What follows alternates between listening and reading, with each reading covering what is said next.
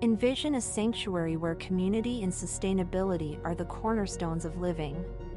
In this haven, every family is able to grow their own food, children flourish through homeschooling tailored to unlock their full potential, and education extends beyond textbooks, instilling self-worth and a deep understanding of the world around them. Here, goodwill isn't just an ideal, it's the essence of daily life, where respect for law and order harmonizes with the community's resourcefulness. This place isn't just a dream, it's a call to action for everyone who believes in a better, more connected way of living. Join us in building a future where each individual's contributions create a tapestry of enduring harmony and prosperity. Join us in Hotepistan.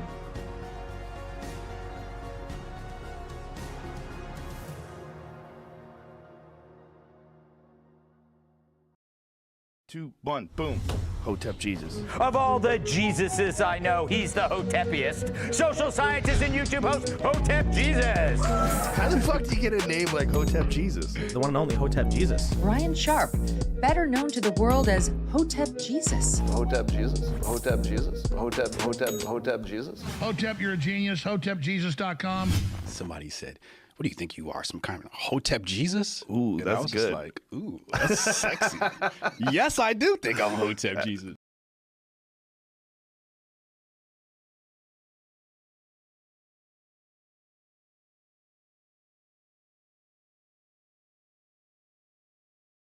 Ladies and gentlemen, welcome to a special edition of the Grift Report, live Monday through Friday, 2 p.m. Eastern. I'm your host, the Grift God. Hotep Jesus. Hotep Jesus. Hotep Jesus. Hotep, you're a genius. HotepJesus.com. Oh, this a real Hotep brother. Hotep to the chat, Hotep to the Hotepistanis. Hotep. Don't worry. We got Sonnie Johnson and Moe Factz in the house tonight. Welcome, welcome, welcome all. What up, Sonnie? How you feeling? I am good, bro. Ready for fire conversation. You know how we do. Absolutely. What up, Mo? How you feeling, bro? I'm feeling good. Dope. I'm looking forward to it. I had to lay out the outfit like school clothes. I was waiting for this one. So, ladies and gentlemen, this conversation started because of a tweet here from Sonnie Johnson. Sonnie Johnson says, there are two ways to keep the issue of race on the forefront. Number one, make it the main issue surrounding everything. That's the Democrat way. Pretend it doesn't exist, the Republican way. This isn't smart or anti-woke. It's insanity. 60 plus years and still expecting different results. Then Mo reached out and said he would like to have a conversation with you about this. Mo, why did you find this tweet compelling enough to say you wanted to have a public discourse surrounding this topic? Because of the bravery of it. I mean, we in peak grift season. And most people are scared to spook. They heard, quote unquote, heard. No disrespect, but for her to take that stand, I'm like, okay, we got to talk, because that's kind of like where I've been at with it, So I just wanted to, two like minds, or see where we could be, have some synergy at on the topic. Nice. Okay, Sonnie. Dive into, your thought process behind this and what motivated you to tweet that. Oh, it comes from the Booker T. Washington quote that there are those in the Negro race who don't want the issue of race to go away because they get paid from it. And I'm paraphrasing. The right likes to use that quote to call out the Al Sharptons and the Jesse Jacksons, so forth and so on, right?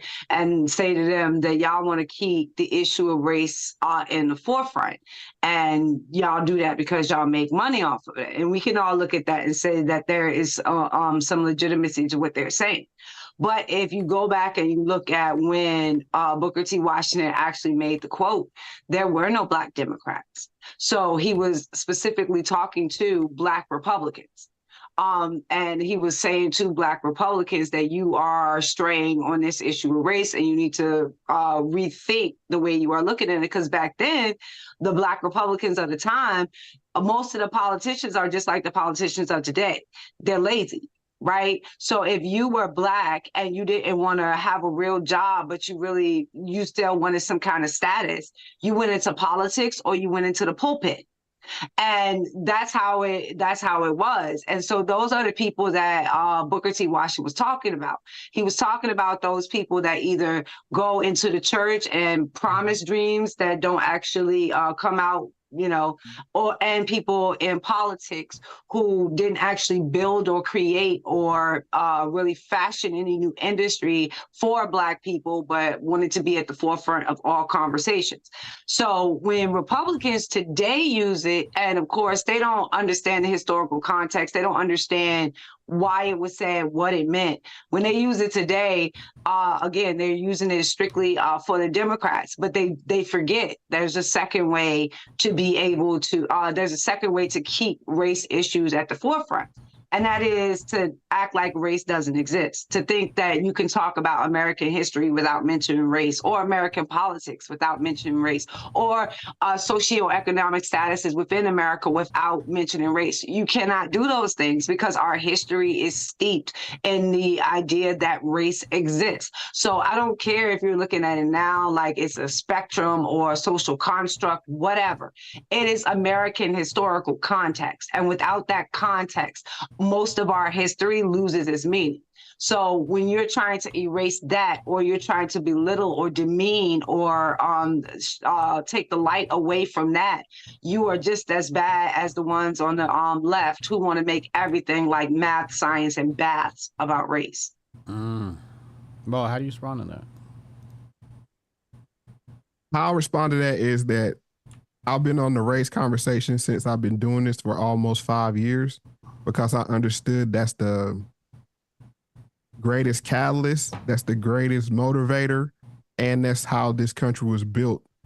Abraham Lincoln said this country was built as a nation for white men, and that was supposed to be the great emancipator.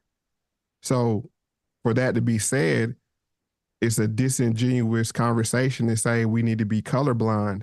We have to, and as you know, I'll say it so much it keeps my teeth white, that we live in a system of white supremacy, aka the one world government, aka the establishment, aka Western culture, whatever you want to call it. But when you say that, it makes people uncomfortable. Why? Why does that make people uncomfortable? So that's how I respond to that. But why do you think?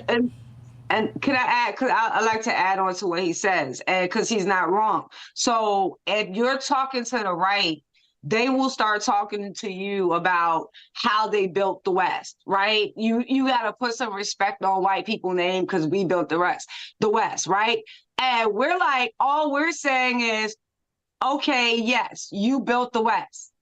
Look how you fucked it up. You fucked it up by introducing concepts of race. You fucked it up by highlighting and leveling up your own interest instead of a mixed pot, kind of interest of all Americans. That was your creation to do that. And you cannot simultaneously say that we as white men created the West and then get pissed off when we say, okay, yes, you did, but you also created elements like racism. You created elements like racial hierarchy, you know what I'm saying? Systemic racism, like all of these things came with your creation of the West.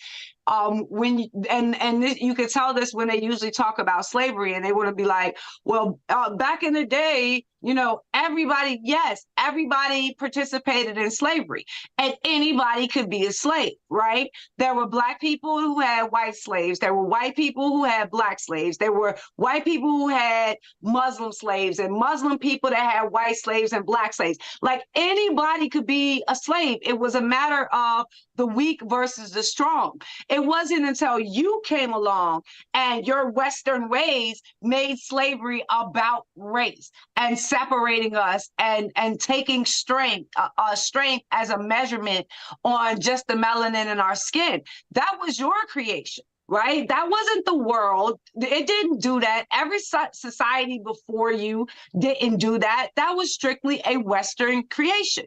So if you're going to take credit, white man, put it on your shoulders, this is one of those things you need to say, okay, along with your credit comes your creation. And you created this structure that we are dealing with now. And you have to be, and white people should just be able to admit that and say, yes, we did, and we fucked it up. And this is how we fucked it up. And this is how we could go. And that, I'm not talking about how the left does it in terms of, oh, let's, get rid of all kind of metrics of grading kids in school because it's white supremacy. That's not what I'm talking about. But it is how you center your history, how you center your ideas or your belief or your upbringing as the only one that is relevant or that actually matters. That cannot stand anymore, because just as much as white people built America, black blood went into building America, black brains went into building America, black ingenuity and innovation went into building America. So though there is no aspect of America that white man can claim alone. If it wasn't for black men, y'all wouldn't have been able to do what y'all accomplished. I wanna make this thing interesting. Can I piggyback off that 1 minute? Because like she hit on some great points. Just 1 minute. Go ahead, yeah. One thing we had to understand is when they play this game, that's feigned ignorance. They understand race. They understand the reason for race. They understand that they're 13% of the world's population. That's why they created the system of white supremacy, and that's why they had needed America to be a nation for white men. And I want to make something clear before we go any further. I always distinguish. There's white supremacists, there's white people, and there's non-white people. That's the only three groups of people there are. Now, they understand that they're 13% of the population. So actually, white supremacy is the original DEI. Let me say that again. White supremacy is the original DEI. They said, regardless of what your capabilities are, there will be a place and a space for you. So when you start to talk to them When and you say, say you mean white people. I'm talking to white supremacists. Yeah, but you're saying white supremacists are saying that to white people. What do you mean? So ask that question again. What you just said. Sure. Repeat what you said. There will be a place for you. When you say there will be a place for you, that place is, you're talking about there. It's for white people. White people, and when you come here, you have to become a white supremacist. And that's the problem we're having now, because white people are trying to pull away from the white supremacist ideology and say, hey, we just want to be white people, we want to be fair, but that's unacceptable. And that's why you have what you call the red whites. It's because they say, hey, let's just be fair, let's start fresh. And white supremacy is saying, no, there is no fresh. We need a system of full-fledged dominance and confusion. And that's the only way they can maintain power in this world. All right, I want to make. See, this is where I have issue, right? This is where I have issue. Why the hell wouldn't they do that? Right? Doesn't it make sense for them to do that? Doesn't it make sense for them to build countries where they are safe and able to defend themselves, like you say, if they're only 13% of the population? And in that same regard, if we're looking at us being 13% of the population in America, and we're watching this group that is 13% of the population dominate the entire fucking globe, why can't we be the 13% that dominates here in America? Right? So like the way I'm looking at it is I could understand why white people found it necessary to build and grow the way that they did, right? And also have to acknowledge they was damn good at it, right? They got to the point where they were ruling the entire fucking globe, where there was no cluster of the world that you could go to where they didn't have some kind of control or domination, right? Now we look at this and we say, oh, evil white people. Instead of being like, did we not learn anything?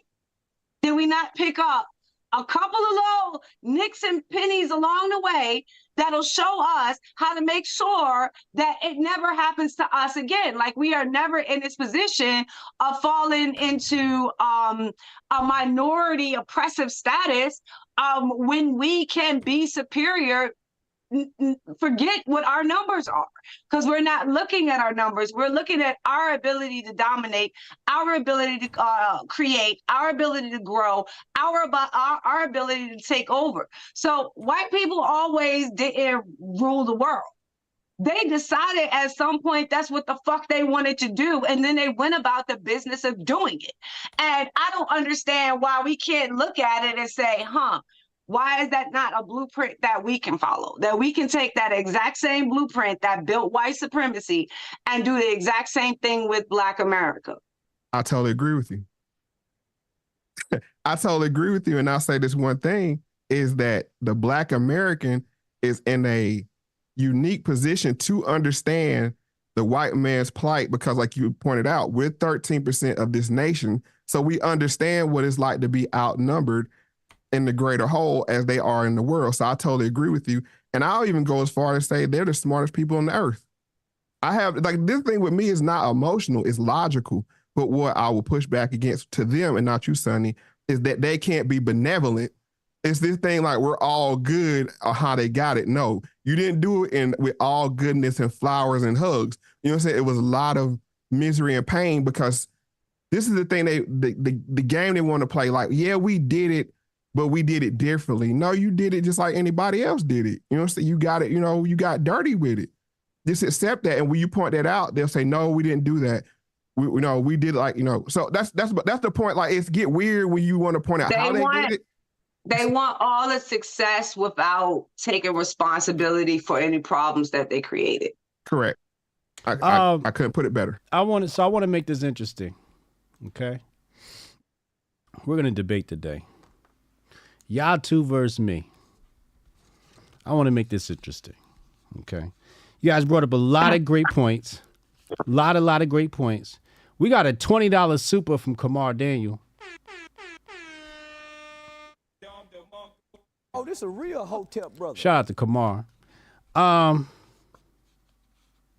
ain't gonna tell us what he said? He didn't say anything. He just said he just dropped a super. Well, shout out, bro. Shout out to Kamar. So I hear a lot of white people complaining. I heard something I didn't like. That was white people are the smartest people on the planet. How do you substantiate that claim? I was going to push back on that, so I'm going to let Moe handle that one. You said, how do I substantiate that claim? Yeah. Who runs the world? That don't make them smart. They just make them ruthless. Well, ruthless. It has to be some intelligence to pull it off. Yeah, I ain't saying that intelligence isn't there. If you have two people of equal intelligence and one has morality and one does not, the immoral one will be willing to do things that the moral one would not. And that's constantly where we find ourselves. And when you were saying about like benevolence, everything they did in the shadow of benevolence, right? Everything they did under the guise of missionary work, right? So we're going to send our missionaries. Our missionaries are going to come and start talking to you about God, but they're also going to peek that you got gold reserves in your country. And we're going to send our businessmen right behind the missionaries once we find out what the fuck you got in your country to steal. So a lot of their benevolence came at the front end and was hit in the back end with their ruthlessness and immorality. And again, it wasn't about building a stronger world. It was about them understanding their position and making sure that they had a dominant space because their numbers were so limited. But then at the same time, they had this knack for stealing from everybody else. So as they traveled the world, and we're saying that it was no corner that they didn't go to, a lot of their intelligence was garnered by the intelligence of others that they accumulated, and not their own individual intelligence. So were they the most intelligent? I would say no. Were they some of the best people at collecting other people's intelligence? Without a shadow of a doubt. And they did that that using a lot of immoral methodologies to do it, when certain things like just studying together or just sharing science or sharing math would have been sufficient. That wasn't enough for them, and they just went to steal and take it all. So that's what it was. It wasn't a gauge of intelligence. It is a gauge of morality and how you look at your fellow man. Can I respond, or Hotep, you want to respond? Go ahead. All right. So keyword I use is smartest. 2, if a person's able to con you out of something, that means they actually are smarter than you because you couldn't pick up on you being conned. And their number one tactic is actually confusion. So if they're able to confuse you, you might be more intelligent than them. And this is where we see it with white people versus white supremacists. They're confusing the white people. 1, with gaslighting, 2, with information overload, 3, with ambiguity, shifting the goals, and feign ignorance. It confuses, and that's their number one tactic, is to keep the whole world confused. Just like, I'm just going to go here, brush here lightly, but what we see going on in the Middle East, we see 2 sides battling, but both sides are asking the same power for aid. See that confusion? That's straight up confusion. And if they're able to pull that off, I have, being a logical person, I have to put my emotions aside and say, hey, they're smarter than me. Does that mean, now this is where we get into the weeds and we got to be careful, because that when people interpret that, they start to think genetically that they're more intelligent. No, what they do is they put a governor on everybody else's intelligence to keep it down and suppressed. It's not that we're not born as equally intelligent or more intelligent. It's that they have the ability to keep us so wound up with all this confusion or information overload that we can't actually go to solve problems. So I want to clarify intelligence and being smart.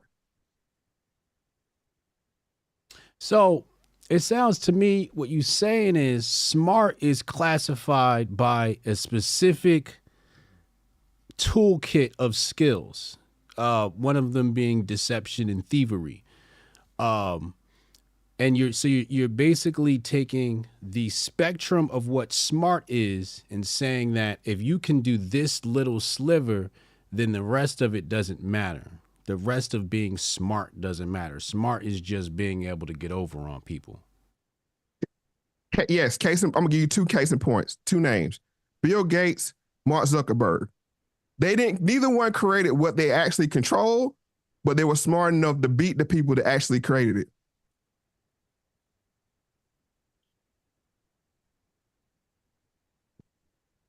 That can be said throughout human history for a myriad of things, right? And even though if I see some of what you're saying in terms of having the intelligence to know that you need other people's intelligence and looking at that as being smart, right?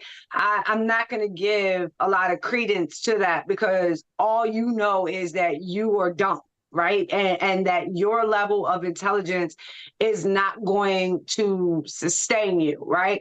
And so if we just look at America, right, after the Civil War, in the South, the white people were completely poor, right? They were dirt poor because their entire economic structure had collapsed. While a great many of the poor white people prior to the Civil War wanted an end to slavery because it was crowding out their ability to have job opportunities. Once the war was over, now there was no real industry to provide them those opportunities, because a lot of the people that were in charge at the front end were no longer there. Their family wealth had been wiped out. They had moved west, or their family had been killed in the war itself. And then along come Black people. And Black people are like, look, not only have we been slaves on this junk, we learned this junk. So we know how to turn the soil. We know how to rotate crops. We know how to grow different crops in different areas for different yields. Like, we understand the science of the science. And because of that Black intelligence, the South was remade in terms of agriculture, right? Even now, you don't have white people that want to acknowledge not only did we build the South twice, I mean, not only did we build the South once, we built that bitch twice. And neither time could the South have been built without us. So again, it is a matter of understanding what intelligence is. And if your only link of intelligence is that I'm not smart enough to know shit, so I need to go and steal from other people, I don't mark that as any kind of intelligence or being smart. You know what I'm saying? You're just very, very immoral. And would I say that about Zuckerberg? Sure. You know what I'm saying? Like, I'm not giving morality passes to these people, but a lot of times the people who have the original idea don't have enough intelligence about them to understand they don't have all the pieces themselves to be able to bring that idea to fruition the way an outsider would. And when you have that outsider who is willing to steal as opposed to bringing the person with the intelligence in and letting them be a part of it, not only because it's the right thing to do, but because it's the intelligent thing to do to have the person that actually came up with the idea become a part of the process. I don't mark that as intelligence or being smart. You can put it as conniving. You can put it as dominant. You can, like, it's a lot of different words, but intelligent or smart would not be adjectives that I would lend to that perception and usage of power. Yeah. So I wouldn't use intelligence and smart as synonyms. Another thing I would say is that Bill Belichick was smart enough to read the rule book and see what wasn't in the rule book, and he exploited that. The second point I want to make before I turn it back over is if you actually talk to a real white supremacist, I mean a real hardcore scientific white supremacist, he'll tell you, hey, I'm a Nordic. I'm not meant to toil in the soil. I'm a manager. And this is written throughout history. They'll tell you this. I know how to exploit others to get what I want. So I'm not tying any morality or anything to this. I am going to the source to understand the source, so I know how to deal with the source.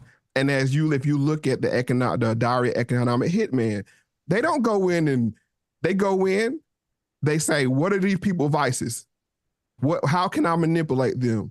They give them plenty of their vices. They get them into usury, and then they exploit them. So if you're smart enough to con a person, what are we talking about here? Morality? That's why I said that's my point with the white supremacists. You can't take the moral high road and use immorality to get your gains. You know what I'm saying? Don't, because that's confusing, and that's not fair to me. Just be honest. And I think that's why this go to Trump's point is Trump said, if we're coming there, we're taking the oil. I like that. I like when you talk like that, because that's what you're going to do anyway. You're going to go there and take the oil. So at least be honest about why you're going there. It's not to bring aid or build water wells or any of that. We're coming for the oil. Cool. That's honest. At least you're honest and you're not confusing me. If white supremacy wasn't a thing, wouldn't something else fill that spot? Of course it would. So why are we talking about something that would exist in perpetuity? I'm talking to the ones that's got the power right now. I'm not talking about hypotheticals. I'm talking, like I said, to who has the power. Straight to the point. And if it's a constant, more and more that power is fading because they've squandered it. They've tried to take the ability to consolidate it and to their little small group and think that that was going to withhold itself, and it's not going to.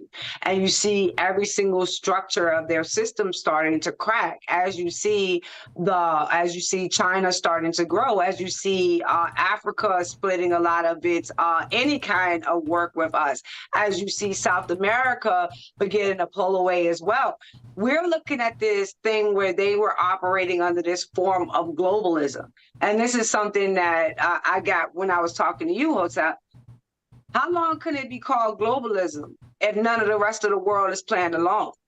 If it's just you and your 13%, right? If it's just you and what you look at as the West, so it's just Europe, it's just America, Canada ain't fucking with you, Mexico ain't fucking with you, South America ain't fucking with you, Africa ain't fucking with you, the Middle East ain't fucking with you, Asia ain't fucking with you, or the ones who do fuck with you don't have any actual power to flex on that relationship, you don't have globalization, right?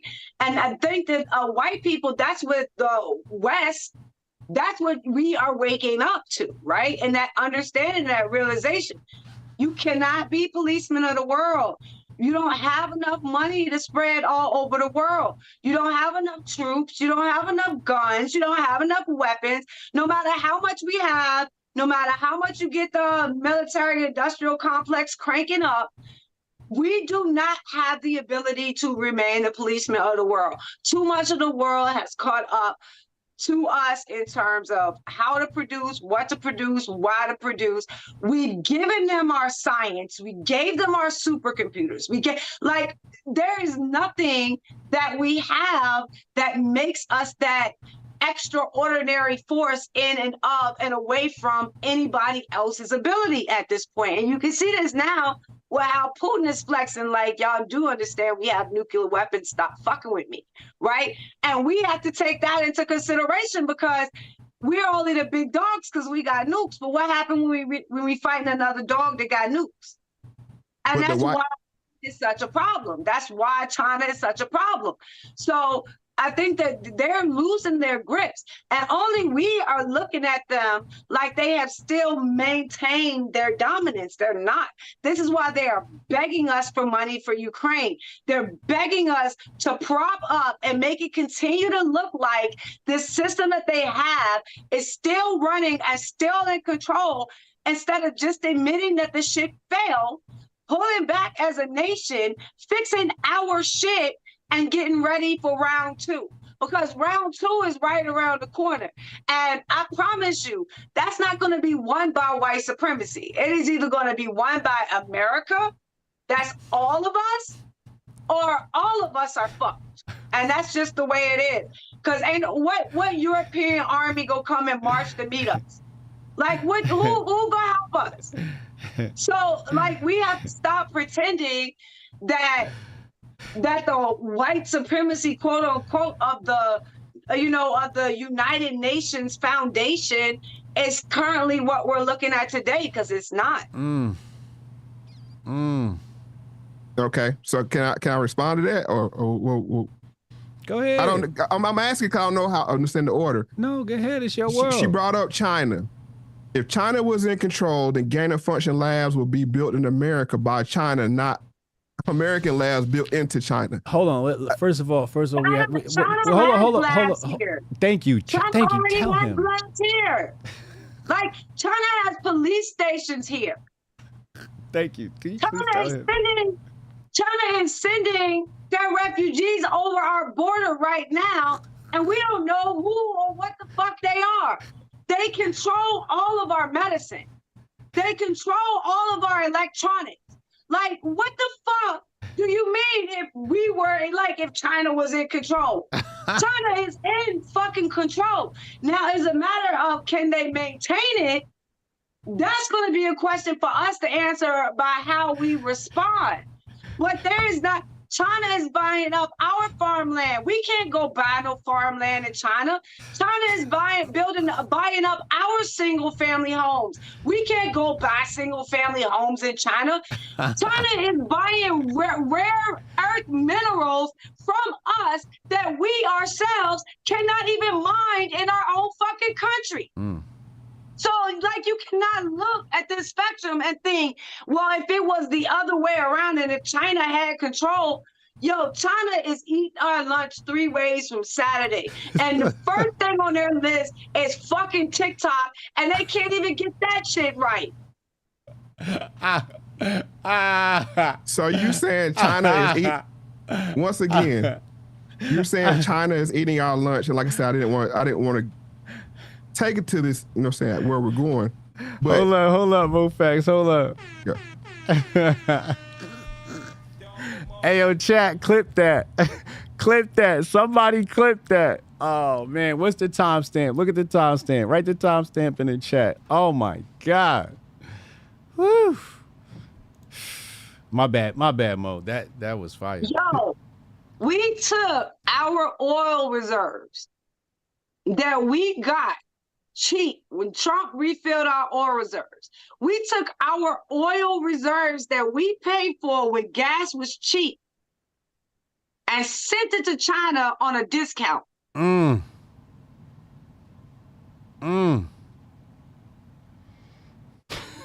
oil reserves, while motherfuckers in America was paying $7 a gallon for gas, we were taking our gas and sending it to fucking China on a discount. Like, you cannot, like, stop.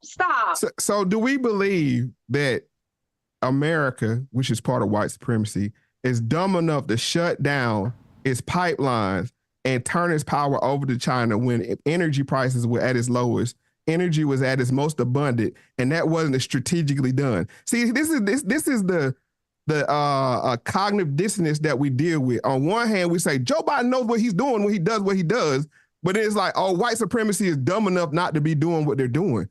Which one is it? Is it Uchiwali? Is it one Mike? Is it Black Girl Law? I'm sure you owe me for ice. Joe Biden was anything, and nor do I think Joe Biden is running anything. You know what I'm saying? So if I'm looking at success, the success is we don't have no fucking oil. We don't have no oil reserves anymore. And if we go to restore them, we're going to have to pay them at full. We're going to have to pay for it at full market price from wherever the fuck we get it from. And that's only going to be from people that do not like us, because ain't nobody that's our ally pumping out oil in no large and vast amounts willing to just give it to us on the cheap or on the fly. We are talking about a country that just flew a fucking hot air balloon over every military institution in this fucking country, and we fucking let them. This is what, like, if you are looking at this and in terms of cognitive dissonance, I am looking at a country again where you are looking at where they are thinking the white supremacy of the past is going to be proficient and prolific enough to carry them into the future. And that is a total misjudgment and mischaracterization to what the fuck is going on. So if I put it to you like that, what I would say is that the majority of those people that are making these deals and making these moves in our government currently, I bet you they have a secondary residence in Asia, in one of them countries over there. So when the shit do pop up, they gonna be up and out of here faster than a motherfucker, and we gonna be the ones left to deal with the outcome of whatever happens. But I don't see them staying here. Even if you're looking at how many of them are moving to Hawaii, how many of them are moving to Singapore, how many of them are moving to Malaysia, they are building permanent residence in Asian countries for a fucking reason. If they thought that America was going to be the stand-all be-all, they would not be doing that. On top of that, if you look at all of the top Fortune 500 companies, the majority of all of their CEOs have been dumping their stocks out of the stock market over the last 2 years. Billions and billions and billions of dollars in shares. If you do not think these people understand that something wicked this way comes, you are not paying attention. They are very, very aware. And by the time everything pops off, they're going to cash the fuck out and be about their business, out on their business, while we are left here to deal with the consequences. Mo, I'm gonna give you 2 minutes uninterrupted, bro. All right. One thing I want to, Sonnie, were you aware that you said we let them? We let them what? You said that. A lot of stuff you said, we let them do this, we let them do that. That means yes. that. So will you allow somebody to do that who actually has the power? The person doing it or the one allowing them to do it? Are you kidding? Are you seriously kidding? I'm asking. The person doing it has the power. Okay. All right. And then two, with this weather, if the person on the other side didn't like what was being done and they had the power to stop it, they would have stopped it. We didn't stop it. We actually sent our jobs over to them. We sent our factories over to them. Like, we did this. And so this is for me to say to our government, our politicians, our people in charge, you fucked up playing this globalism game.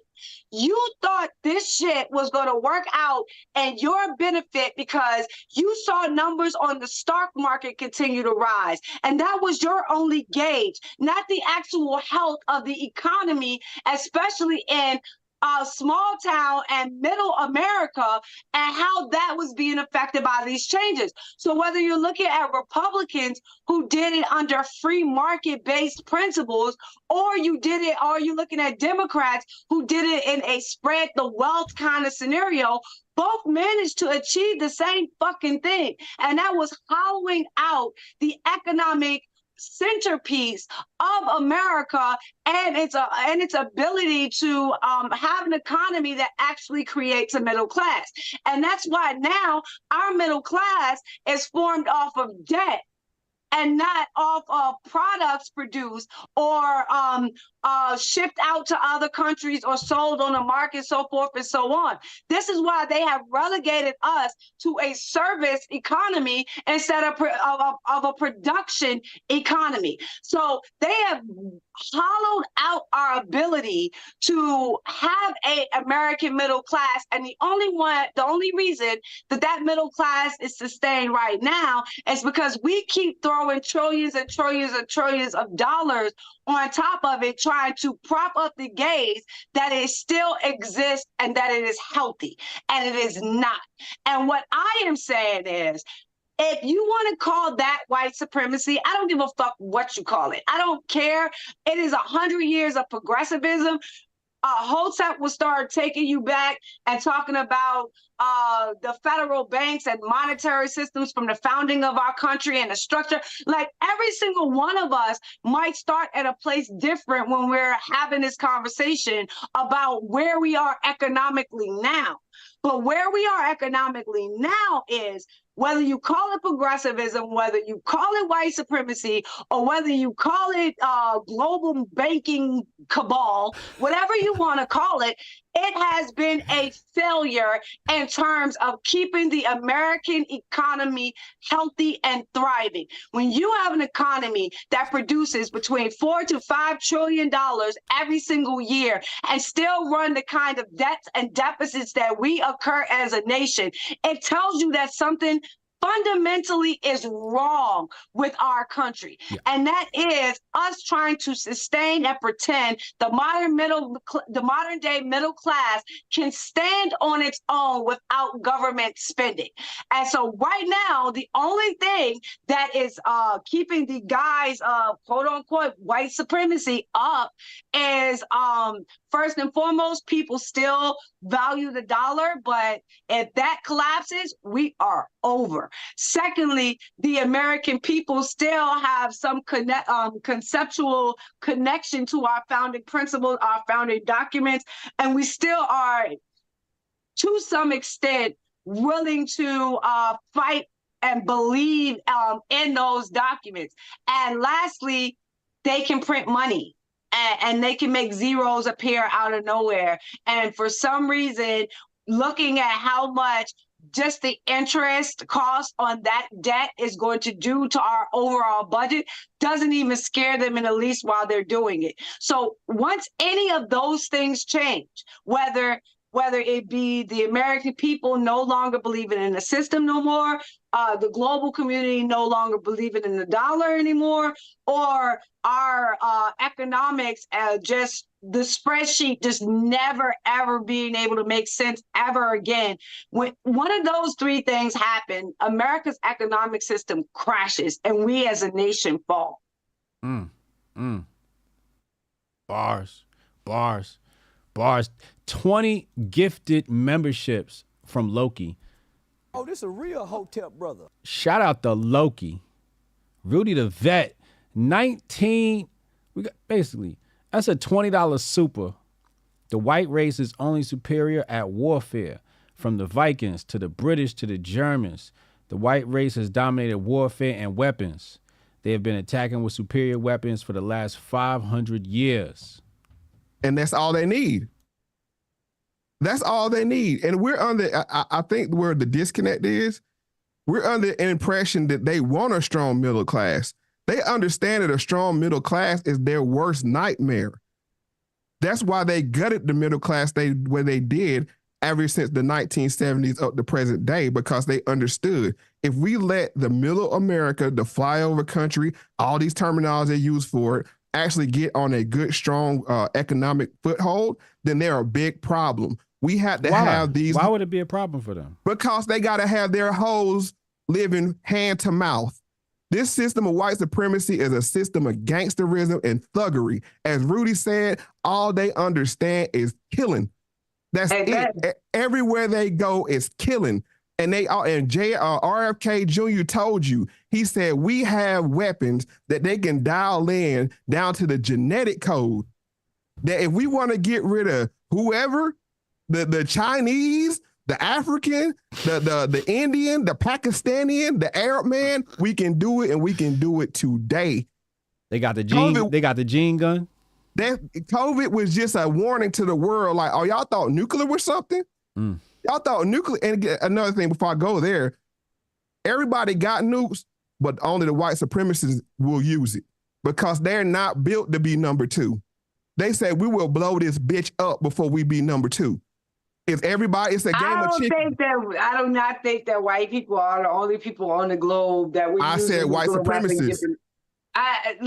Even in that group, I don't think that they're the only group. I think that there are a lot of different subgroups of different people all over the world that would not give a flying to use nuclear weapons on people that they consider to be their enemies. I don't think that is specifically a white only trait. You know what I'm saying? And they're saying do it then. They're saying do it. You got them, use them. Bust your gun. This is my thing, right? So we're looking at people that say they have a hierarchy on violence, right? They have some kind of lizard brains. Lizard brain. They have lizard brains. It's fight or flight to them. That's it. When it comes to their ability to inflict violence, right? So if that's the case, right, I'm happy I live in a country that allows the Second Amendment. Anybody that is pushing against that Second Amendment is someone that I don't understand. If you're looking at white supremacy and you're looking at them as being so dominant in the field of violence, that should be something you learn. If you are dealing with a violent person, you must be willing to be just as violent. And again, when you look at how they look at Black America these days, and they want to assign us the label of violence, I think that a lot of them have lost their ability. And you can say maybe the people at the top, you know, the people in leadership, the people with access to the military, they are different than the average white American. But I think a lot of the average white Americans have been so trained to turn their violence over to the police, right? So they don't handle their own violence. They have been trained to let others handle their violence for them. And then when you look at Black America, we have realized that you can't turn that ability over to other people, because more than likely those same people will turn that back on you.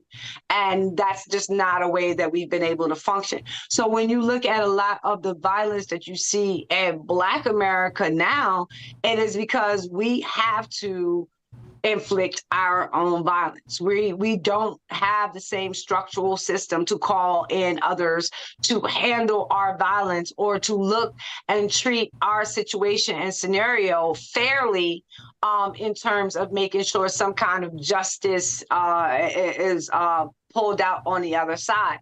And then they take that position that we have been forced into and try to use it back against us as a negative. And what I will say is, again, I believe round two is coming. And all of you people that believe that someone is going to come and save you because you don't understand how to inflict your own violence, you're going to be on the short end of the stick. And if you're looking at how the top echelons of white people have turned the bottom echelon of white people into weak cowards, when it comes time to really protecting that 13%, you're going to be working with minuscule numbers because the majority of your people are too afraid, or they're turning their hair blue, or calling themselves a tree or a cat or a monkey, depending on what day it is. They're going to be so confused by what you have done to them intellectually. The entire system of white supremacy, like I said, when you have a vast majority of progressive white people who don't even want to be white anymore, then you fully start to understand that this whole hierarchy that they have created is crumbling. It deserves to crumble, but it is also crumbling because of their inept failure to actually include all Americans in the paradigm and just wanting to center themselves. And that's where they find themselves now. I think that's why they're not smart. I think that's exactly why they're not smart. Like the same thing you say, because the same thing you say is the thing that acquires power is the same thing that man has tried over and over and over again and keeps failing. That's why the average lifespan of these empires is like 250 years. You know what I'm saying? So it's like you never even sustain power. You get it. You do a lot with it in that short bit of time. You do a lot. And you know what happens at the end? You lose it all. It's like the brother that goes to the NBA and he gets all the money, and next thing you know, he working at Ruby Tuesdays because he just blew all his cash. But the white supremacist, but the right thing to do is, like the smart thing to do is, it's like you include people that you like the Zuckerberg situation. When you include people and you do right by people and you compensate them for their time plus a little bit more, it starts to snowball and you start to create better bonds and better relationships and have healthier relationships as human beings. The issue with human beings on this planet is we keep devolving ourselves to the lower nature and equating that with smart.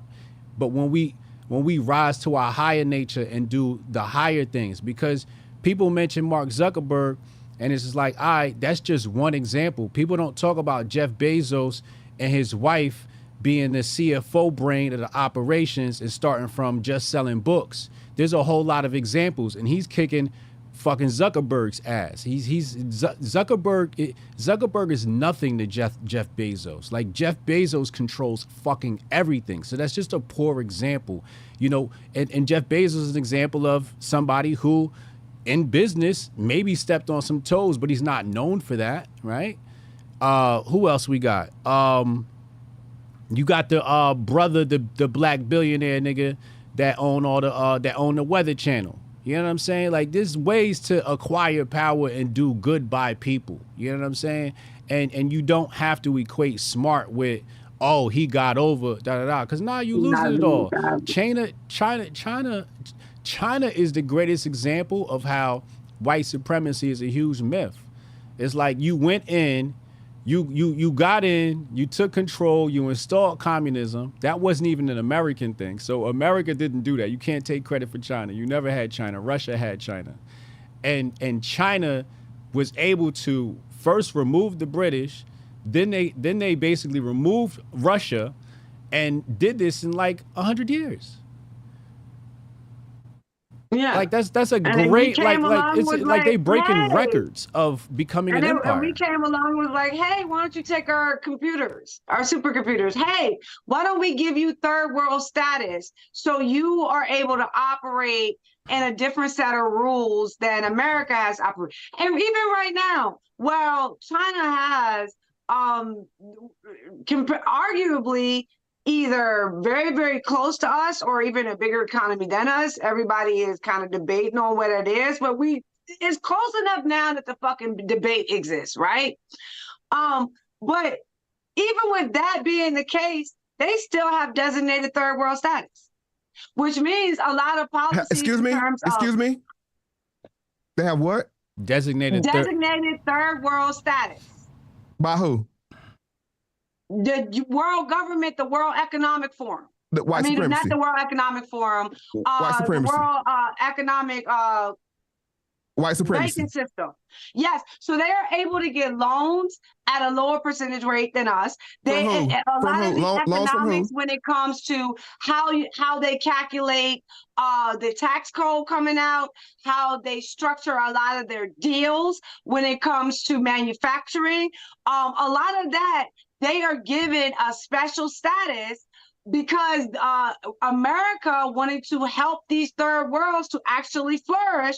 China took full advantage of it. And even now, and this is one of the things that Trump was fighting against when he was president, because he says it's not fair. We are trying to compete with them and they are equal in size, but they have all of these economic incentives and they are basically in a better global economic presence because of their status than America is, and they get America runs on China economically than we do. America runs on China. Yes, it's parasitic. We pimp them out, and now they run who's everything. the parasite? White supremacy. I mean, y'all can say WEF, IMF, y'all have all these catchphrases, the Illuminati, the Masonic Order, the Knights Templar, what's the other one? Knights of the Golden Circle. Yeah, the Knights of the Golden Circle, the Crown, the British monarchy, whatever. When you can establish and say, hold on, let me cook for a minute. Let him cook, Sonnie. Let him cook. Let me cook for a minute. Whenever you can say one body can determine another body is a third world country, and that body has to come and get special DEI privileges from the aforementioned body, okay, one is supreme to the other. The white supremacists understand if China ever gets its head even close to our foot, we'll blow this planet up. We'll go into our minds, 2, 3, 4. What's your boy? Not minds, but bunkers. We'll go into our bunkers. We'll wipe this bitch clean, and then we'll come out in about 7 years, and then we'll just redo it again. Everything you said is hypothetical. It's not hypothetical. It's foreign policy. That's foreign policy. It literally is. Because wait, hold on, Sonnie. I just want to. Hold on, Sonnie. Hold on. Actually, Sonnie, hold on. Wait. I just want to make sure I heard him clear. Hold on. You said they're gonna wipe the planet clean, go in their bunkers, and come out when? How many years? 7 to 10, 20 years, how long it ever takes. All right, 10 years. So they come out 10 years and they're going to come out and then they're going to rebuild this shit again? That's exactly what they want to do. Because honestly... So wait. I just want to understand you really fast. What does this look like? Are they bringing, 50 slaves per leader in these bunkers with them? Because when they come out, are they going to be the ones digging and toiling the soil? Are some of these slaves going to be in the bunker with them? What does this rebutting of human life look like? Utopia, Valhalla, the Garden of Eden. So who's going in the bunkers? The chosen. Okay, and they have workers? Whoever can afford to build a bunker and whoever they allow in that bunker. And the thing is, who are the workers? Who is going to be the working class? That's what I'm asking you. When they come out, who is going to be the working class? What do you mean who's going to be the working class? Whoever they take in the bunkers with them. Because the thing is, so they're taking, some of the working class is going in the bunkers with them. Right, of course. Right. You think I'm trolling? I just want to understand. I just want to understand. What I need to do is lay out how I see this, because you taking bits and pieces and you're just running on a tangent with it. Massa. No. Can I get in the bunker, Massa? And guess what? The same way those Afghanis were hanging on. Hold on, let me finish. Hold on, let me finish. How do you debate? Do I say, okay, and then Superman is gonna fly from Krypton? No. He is going to single-handedly rebuild. Like, how the fuck do I debate what you're saying? And I'm glad you used that word debate, because I actually said, hold on, let me speak for a minute. I'm glad you used the term debate, because I laid it out clear on social media, and I put it clear on social media that this wasn't a debate. This is supposed to be not. It is, because it quickly became a debate, because you turned it into a debate, but I'll still rock with it. But what I'm saying is, this is not Moe's policy. This is foreign policy. They have seed banks. They acknowledge that 2 miles underground with every kind of seed they collected on the earth. They let you know that. Sonny, you said Superman coming from Krypton. And then the Spider-Verse is going to open up, right? And Miles Morales is going to bring 300 different variations of Spider-Man, and they're going to be equally spread out across the globe. And their web is actually going to be a fertilizer that allows the land to be replenished and the water to be cleaned, right? And then Godzilla is going to come up out of the water, and he's going to purify everything with fire, and then we're going to be able to start back over at zero. That's what you sounded like, Mo. Yeah. That was you went galaxy take on us with that one. No, because it says right here, the Svalbard Global Seed Vault, known as Doomsday Vault, is located on the island above the Arctic Circle between Norway and North Pole. Now, tell me why they're collecting 930 varieties of food crops and putting it 2 to 3 miles underground. What are they prepared for? The humanity has literally destroyed the variations of produce and agriculture that we have had. But why are you burying it underground? When we came to America, there were close to 300 different variations of the apple. At this point in America, you now have 4 to 5 different variations of the apple because of commercialization and how they have used commercialization to basically pick out what they consider the sweetest, the strongest growing, the fastest multiplying variations of apples, and those are the ones that get planted. So there are all of these plant observatories that keep the seeds of a lot of the variations 2 miles underground. 2 miles underground in the Arctic Circle. That we have let slip out of natural discourse across the entire globe. 2 miles underground. Hold on, 2 miles underground in the Arctic Circle is where they're planting it? Who sound crazy? 2 miles underground. But like I said, once again, I realize I'm gonna acknowledge something. Where else are you supposed to put it? Where else are you gonna put it? Why would you put it 2 miles underground? But like I said, we're going off. Wait a minute. So they're gonna take the seeds and plant the seeds in the nuclear ground. Where are they planting the seeds? Can I get my 2 minutes though, for real? Get your 2 minutes. Go ahead. You got 2 minutes uninterrupted. Go ahead. Because I want to explain to people what's going on here. We jumped a lot of points here. One, you said white people are taking white people down. Okay, because I'm gonna take a break real quick. Go ahead. Go ahead. All right. So one point was made that white people don't want to be white. What's happening right now is white supremacy is putting their people through the thresher because they can't determine who is the wheat and who is tare. On the other side of this, the people that want to be transgender and all these different don't want to be white or whatever else, they will not be moving to the future. That's why they want to use eugenics to get rid of their genetic code. This is why they're attacking the children so young. The whole point of white supremacy is to eliminate these quote unquote weak white people that are ashamed of being white before they reproduce. They've been doing this since the late 1800s. This is just another variation in this. They let it go on for so long that they had to have a thresher now. And what they're doing is they're applying pressure like they do, one, to make the people that were dormant races be openly racist. That's why you see these videos of black people attacking white people and they run it to bring out that racist code to say, oh, you truly are racist. You are on our side. Great. And if you aren't, then you're not on our side and you side with those non-white people. That's the whole point. And on the backside of this, what you have is a stronger white race. Like Jay-Z said, less is more and it's plenty of us. That's how they look at this. I'm going to say that again. Less is more and there's plenty of us. They don't want any weak soy boy, snowflake, all these terms they use.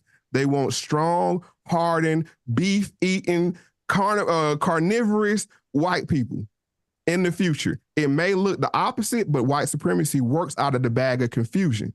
This is why it's confusing to people the way this is. Just like they say, ow, China uncle, you got my arm behind my back. Why? Because Chinese actually has a lower birth rate than we do per capita. They say we play the long game. We'll get the we'll out long game the Chinese. Another thing, the white supremacists look at it like this. Yeah, we might fall like all other great empires, but we'll be the last empire. We'll be sure of that because we'll blow this MF up.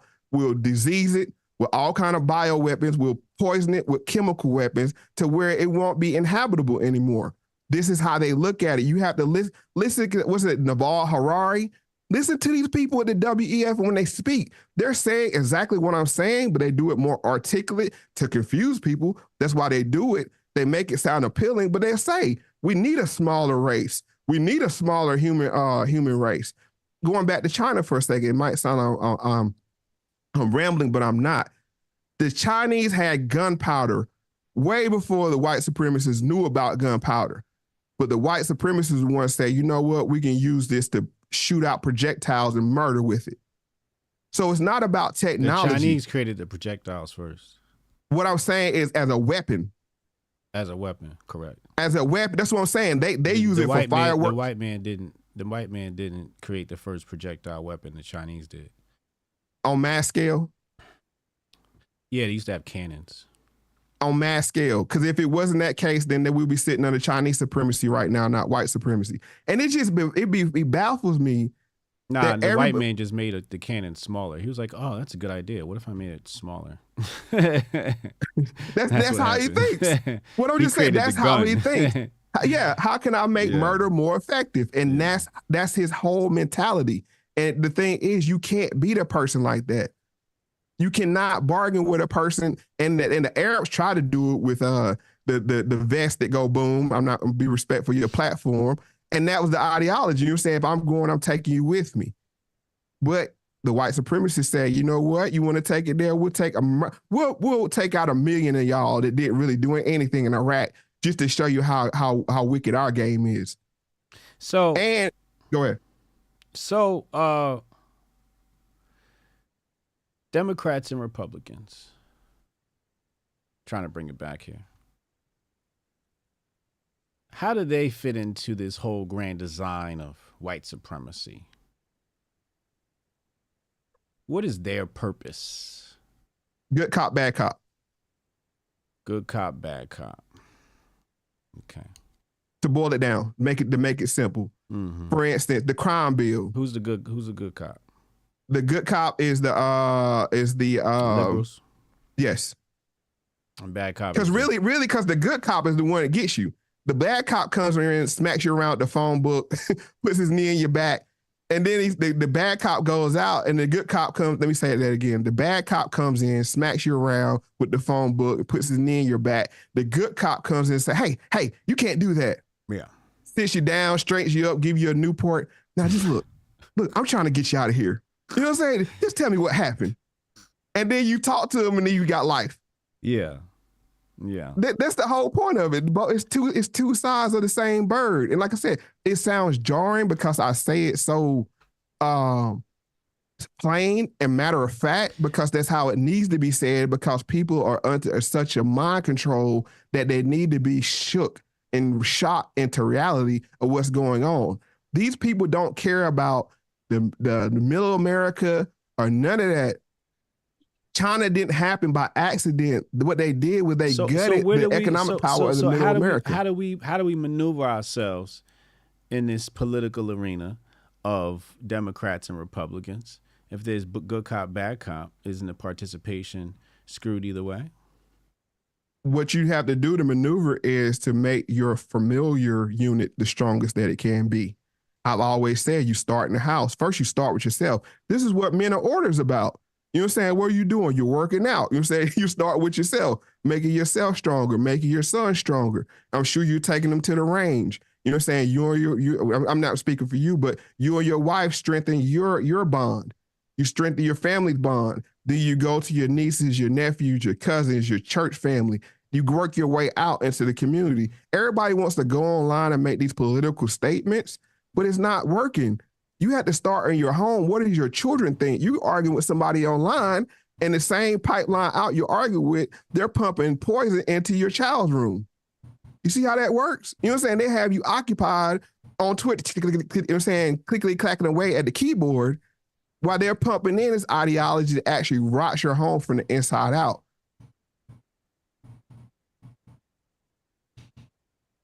Yeah. Sonnie? But hold on, I got one question. Why is it when a black man said he crazy, but Alex Jones said he's spot on? You know, he's a revolutionary. Oh, he you know what I'm saying? Like I'm saying the same thing Alex Jones has said, and it's saying, all I'm saying is he says Illuminati and the globalists, and I say white supremacy. I mean, first of all, Alex Jones is crazy. He said on Joe Rogan he's retarded. So that's Alex Jones. Okay. Alex Jones is Alex Jones. So, you know, if you saying Alex Jones said you not crazy, it's like, oh, I asked the crazy person, am I crazy? They said I ain't crazy. I didn't say that. I said one person would listen to me and think I'm crazy, but hear Alex Jones say the same exact thing and say he's a prophet. That's what I'm saying, 1-to-1. But y'all not really, I didn't hear much of similarity between what he says and what you says. This morning, somebody sent me a clip where he was talking about, you know, black people are killing white people. So, you know, you're saying that it's white people that's killing black people. So y'all definitely not saying the same thing. When I say, hold on, say that again. You're saying that white people are killing black people. Alex Jones is saying black people are killing white people. Y'all got two different narratives right now. No, I'm saying that black people are killing black people, and they're highlighting the fact that when 1 out of the 10, because they say the rate, right, is 90%. You said it's white supremacy. So that means white supremacy is kicking your ass. Whose ass? No, you saying no, because you saying white supremacy is kicking my ass. White supremacy is kicking everybody's ass. The way they're kicking the black man's ass is weaponizing the black man against the black man. Like I said, when I wake up, I don't fear being hauled off by a pickup truck full of a bunch of rednecks. You know what I'm saying? What I fear is actually looking at another black man the wrong way. He feels disrespected and he taking my life. That's an actual logical, real scenario. When I do the calculations, that's more of, just like with white people. They say, oh, fear the black man. You see these crazy black people jumping on. Well, no, because guess what? Black people are 9 times more likely to kill another black person. Now, y'all have some spillover. It's a thing called white sacrifice y'all experiencing. Yeah, the white supremacist got to make it look good. He can't have it 100-0. Yeah, he got to have it, you know what I'm saying, 100-10. Then make it look competitive. You know what I'm saying? Yeah, that's what it is. And they fall for the white sacrifice because guess what? The white sacrifice initiates that dormant racist programming that's inside of them. As soon as they start seeing that they're taking the L, that programming creeps up, and it just happens so fast. I don't think it's programming. What do you think it is? When you back a dog into a corner and you don't feed him, that's what the projects is. I said the white people. The white people, the racist. But you said the programming in black people is making black people kill black people. Yes. Yeah. What I'm saying is I don't think it's the programming. The programming is an add-on, but the first part of it is the fact that the projects is basically the equivalent of backing a dog into a corner and not feeding him. At some point, he's going to bite and he's going to find a way to eat. Well, we've been back in the corner for a long time. The problem is when you actually use actual real propaganda, like hip hop music, to dehumanize other people that look like you to the point where it's a game. Oh, I'm up 2. I'm down 2. I'm up 2. This is an actual little video game, which was prophesied by... Hip-hop sales is down, Mo.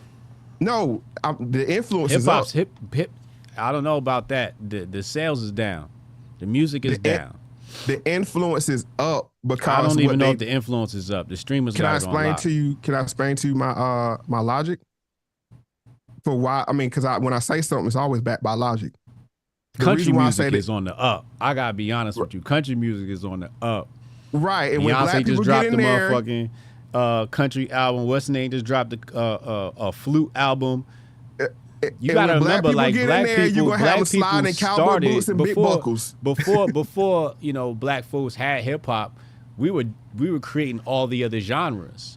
So people saying it's hip hop, and I'm asking my daughter who her favorite artists are, and she's saying people like Rod Wave. She's not saying all these people that y'all see on social media. I think that the issue is people on social media do things for clicks and views.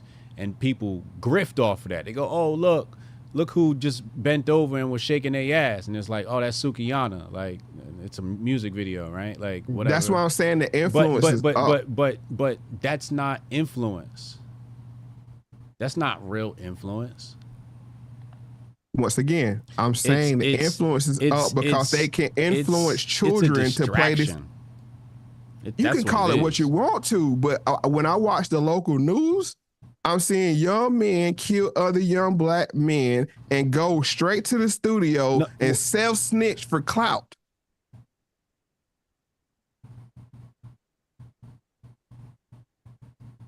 Is that real or is that fake? Am I living in a fantasy world? Nah, you kind of, go ahead. I'm going to let you cook. No, because what I'm saying is I'm not talking about big artists and all. No, it's been decentralized. Because half the artists the white man made him snitch on himself?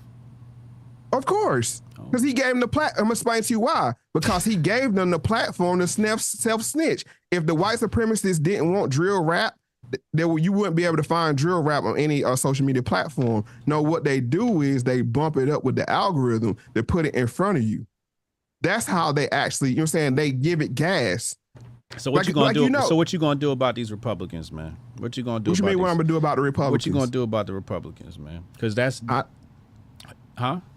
I don't understand what you mean by what I'm gonna do about the Republicans. What is your your thing as far as Republicans are concerned? Like you said, you got to start in your own backyard. What? How do you plan on cleaning it up? I think we can learn some things from some of the quote unquote conservative or Republicans because they've been on this prepper thing ever since Y2K. Okay, you know what I'm saying? They've been on this when they thought the lights were gonna go out in Y2K with prepping. With arms, with being self-sufficient, this kind of thing. So I think we can learn a lot from them. Mm-hmm. It's not. I don't play. It's election season, Mo. We got to get to it. It's November's right around the corner. It's going to sneak up on us. No. What is the message to voters and people, and how are we maneuvering ourselves this election? You are the change you want to be. That's my message to them. Donald Trump ain't gonna save you. RFK ain't gonna save you. Joe Biden ain't gonna save you. Big Mike Obama ain't gonna save you. Kamala Harris ain't gonna save you. Ain't none of these people gonna save you. The only thing you can do is become more self-efficient. One thing I would tell them is, Mo. So the reason why I'm asking you this is because Sonny's message to you was, I want to read it again just to bring everything back into focus. There are two ways to keep the issue of race on the forefront. Make it the main issue surrounding everything, Democrat. Pretend it doesn't exist, Republican. This isn't smart anti-woke, it's insanity. 60 plus years and it's still expecting different results. Right? So what I'm saying is, how do you retort the Republicans? How in that regard? What is everything he's saying is the Democrat playbook, though. I haven't said anything that's the Democrat playbook. If you go by the tweet that I put out, it's to make race the center of everything. in every conversation. So if black men don't like another black man, it's white people's fault. And black people don't have no autonomy to just be like, you know what? I'm black and I don't like that black person. No, we don't have that autonomy to do so. We only don't like that black person because the white person somehow indoctrinated us into doing so. So it removes any agency from us at all, right? Which again is why I guess he thinks that white people are the smartest people in the world, because black people can't have their own agency. Everything we do, every way we move, every way we think, every way we react, everything we do is completely controlled by the magic white men with the strings on their fingers, right? And it's not just us. The magic white men with the strings on their fingers control the entire world that exact same way. And our problem is that we don't look at the white men that have the puppet fingers, and we don't blame them for everything, right? We don't, if we can say, okay, this black person killed this black person, that is a causation from white supremacy, then what the hell does that mean about our own agency? And again, we cannot be as honed in on violence as white people can be. That's why it's just obvious that it's not our fault we're killing each other. No. And like, these are the things where I don't understand. All right, I guess this would be my question. How do you fix things that are internally wrong within Black America if white supremacy caused it all, controls it all, dominates it all, and then pretends that it's not even there? And this is what I liken it to. I like it to. Like, you tell a person, the fire is hot, but when you go next to it, you're going to start to feel cold. Don't worry, that cold is just a reflection of how hot the fire actually is, right? So you have to find the counterbalance between getting too close to the fire that you burn, but not close enough that you freeze. And if you can't figure out that exact spacing in the middle, then you will forever be a victim to the fire.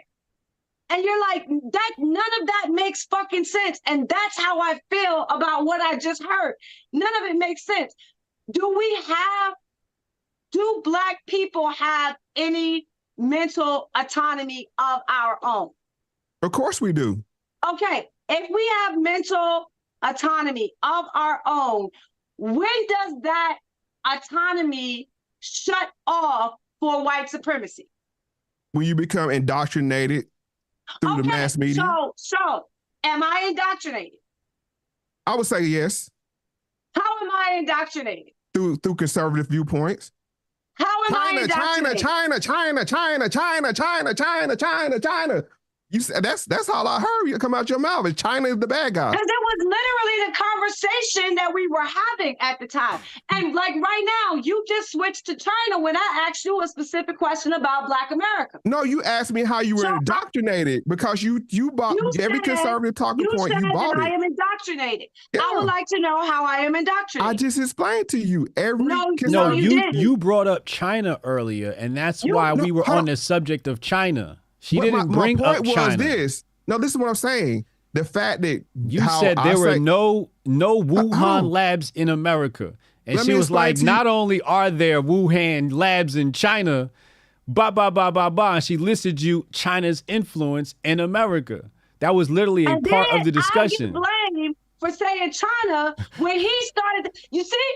And this is how what I'm saying is your response to everything was China. It was not the Republicans. It was not he can bring it up.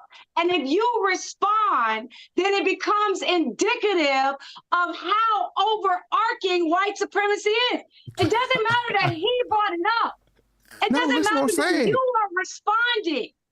it all becomes indicative asked me a question. of the point that he made. Like, you how asked does me a any question. of that make Hold on. sense? Listen to what Or I'm saying. how is any of that logical? None of that is logical. And again, I would like to go back to exactly how I am indoctrinated by white supremacy, because I really would like to understand my own indoctrination. That one, yeah, we got to throw that one out, Mo. You got to give us some more. If she's indoctrinated, you got to give us another one. I'm trying to explain that because every one of her problems stems from China. No, that was a separate conversation. You brought up China. You literally say there was no Wuhan labs in China. And she said, if y'all let me get 10 words connected together without being interrupted. And I want to point out to people, this was a back door. I just want to say that right now. This was a back door. It was supposed to be from a conversation to Hotep versus Sonnie to Moe to a 2-on-1 with Moe, because Hotep had to go get his big homie because you know what I'm saying, I served him up last time. I just want to make that point. I asked Hotep to do this because anybody that watches me or knows how I do understand I would have cussed you out like 50 minutes ago. Right? That's the reason that Hotep is here, because I would have stopped you a long time ago. Like, you are logically making no fucking sense. And if you are going to tell me that I am indoctrinated by white supremacy, I would like to know how. And you cannot bring up a conversation that you started and I responded to prove that I am indoctrinated by white supremacy. So again, I would like to know how I am indoctrinated by white supremacy. Because you don't have your whole viewpoint and worldview comes from the Democrats are bad and the conservatives were good. You are a damn liar. Do not lie on my name. If you don't know where my viewpoints come from, say you do not know or ask me a question. Do not go out and put where my viewpoints come from like you know them, because you obviously do not. So again, where is my white supremacy? What is my indoctrination on my white supremacy? I would really love to know this. So I'm going to actually finish the sentence. No, you're not going to lie on me. No. If you wanted to know why Hotep is here, Hotep would have stopped this. But since you brought it up, he's not stopping it. And now you're getting what you would have got without Hotep. I want to explain something to you. Just because you talk loud don't mean you're right. And just because I'm loud don't mean I'm wrong. And you are running from what I asked you. I asked you a simple question. Answer my question, please, Mo. I'm trying. You get 2 minutes uninterrupted, Mo. I'm trying. You get 2 minutes uninterrupted. Go. Anytime any person's viewpoint is one side is all bad and the other side is all good, you're playing right hey, into... Hotep. Yeah. Hotep. Yeah. What did the tweet say that started this entire conversation? What did it say? What was I saying one side bad, one side good? No. Have you ever heard me say one side bad, one side good? No. Majority of the time that I spend, who do I talk about? Republicans. Do I talk about Republicans more or Democrats more? Republicans. Try again, Mo. Well, okay. Hold on. Try again. 2 minutes uninterrupted. If he lies, I'm interrupted. So you're going to determine when I lie, and you just gives you the license to interrupt. You are talking about me, so you damn right I will determine when you lie. Go, Mo. Okay. I'm going to try this one more time. Whenever I got to a point to say it's the system, one thing, the reason why I know that you're indoctrinated by white supremacy, you don't like the term white supremacy. That's one thing. You explain white supremacy to a T, and then when I actually say it, it's saying you find it triggering. So that's one thing.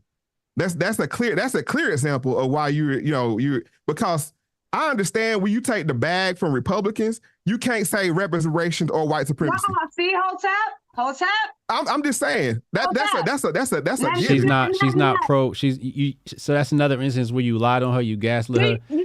You just gaslit her. You gaslit her saying she's for reparations. She's not for reparations. You didn't. No, once again, y'all not listening. I said you can't. He just accused me of taking a bag from Republicans. And so because I take the bag from, who is the Republican that I took a bag from, Mo? So you speak for free? Yes, Mo. You speak, you get on the radio and speak for free? Yes, Mo. Oh, well, that's not very capitalist of you. Oh, you switching now. So you might not be as conservative as I thought. Mo. You might not be as conservative as I thought if you speaking for free. Mo. Look, no. See, here you go again. Here you go again, bruh. I've asked you a question. I've asked you 50 different ways. You lie, you gaslight, you dodge, you do everything but answer the fucking question asked to you. So please, again, because like if you wanted to talk about my ideology and what I believe as a conservative. So my first and foremost as a conservative is the idea of the individual. You take care of yourself first. You take care of your house, your spouse, your kids, your immediate family, and your immediate group first and foremost. If I'm indoctrinated by white supremacy, then it sounds like you are too, Mo. Oh, damn. Let me shape this. Can I shape this really fast? Let me shape this really fast. You said the same thing. I just want to show the people that just got here where the current argument came from, and basically, Mo just now said she's triggered by the term white supremacy, but prior to that, Sonnie Johnson said they like to make it a main issue surrounding everything, which she said that Mo sounds like a Democrat because everything that he says is about race.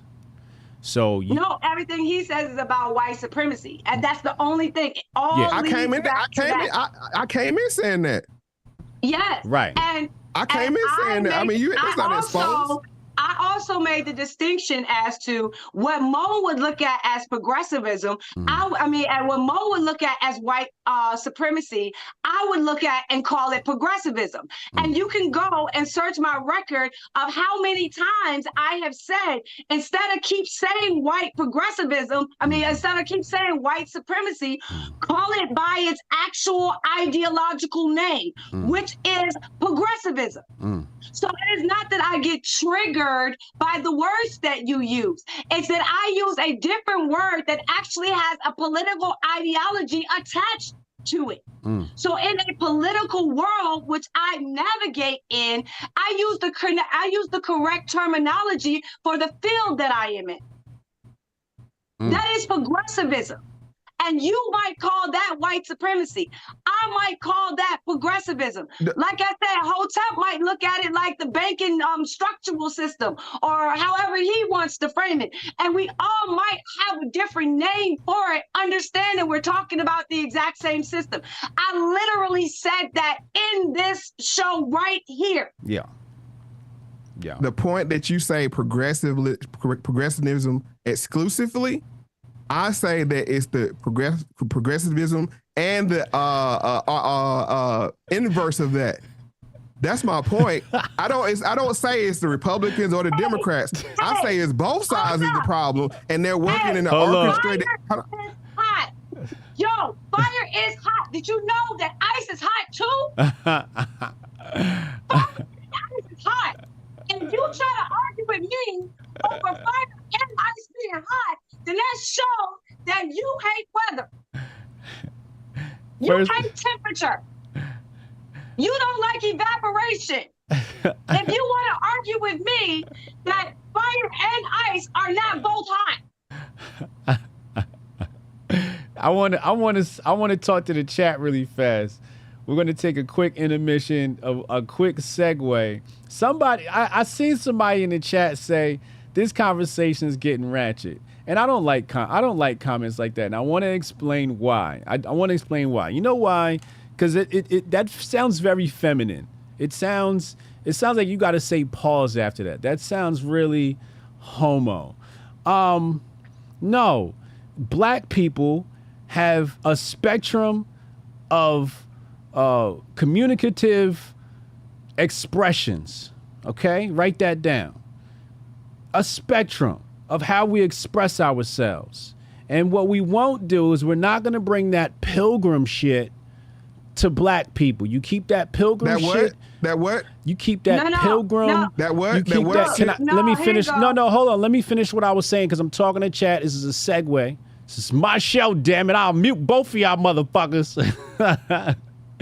This pilgrim, this Puritan culture, this respectability politics to the Hotep platform. You want respectability politics, you go talk to the red whites or you go talk to the blue whites. I don't do that respectability shit over here. Over here we cuss, we yell, we scream, but at the end we hug it out. Somebody might leave with a bloody nose. That's how we do it over here. If it's too bloody and it's too gruesome, why don't you go to the milquetoast shows where you don't never get the truth, where all you get is propaganda. When you come over here, you get real and you get it raw. If you don't like it real and raw, then you go over there with the red whites, you go over there with the blue whites. Let's set the record straight. No bitch assness allowed. All this bitch ass shit in my chat. Talking about shit ratchet. Shit need to be ratchet. I've been saying for a long time, Congress is a little too calm for my liking. They just up there and everybody just getting along. Ain't nobody got a bloody nose or nothing. You go to South America, you go to Nicaragua, you go to Africa, they throwing blows. You go to the Arab countries, they kicking over chairs and shit. If your Congress ain't kicking over chairs, your Congress don't give a fuck about you. Hotep, you're a genius. HotepJesus.com. That's facts. Now let's get back to the regularly scheduled program. Like I was saying, Mo, I just want to explain the ambiance of this conversation to the chat. The issue is there's a lot of gaslighting. You did that to me in the last debate. There's a lot of gaslighting here, and I'd like to address something that you gaslit me on earlier. You said publicly on Twitter, this was not a debate. Nobody really expected a debate. We expected a discussion. Second thing I like to point out, you said that I went to go get my big brother. Big homie. My big homie. I went to go get my big homie so we could tag team you. Pause. Right? That's what you said. But I'd like to clear the air before we continue this conversation. So what had happened was Sonnie had tweeted some shit, some pure fire. You recognized that fire and you hit her up and you said, I would like to have a short chat with you because I believe you and I agree on a lot of things. Sonnie says, I would love that. I saw your interview with Hotep. I'd like to chop it up. Right? I'm going to go to your text messages. Right here. Sonnie said, I think we have a great conversation to share. Would you be okay with Hotep hosting our conversation? I have no problem with that. And then that's when we schedule. You text me, you said,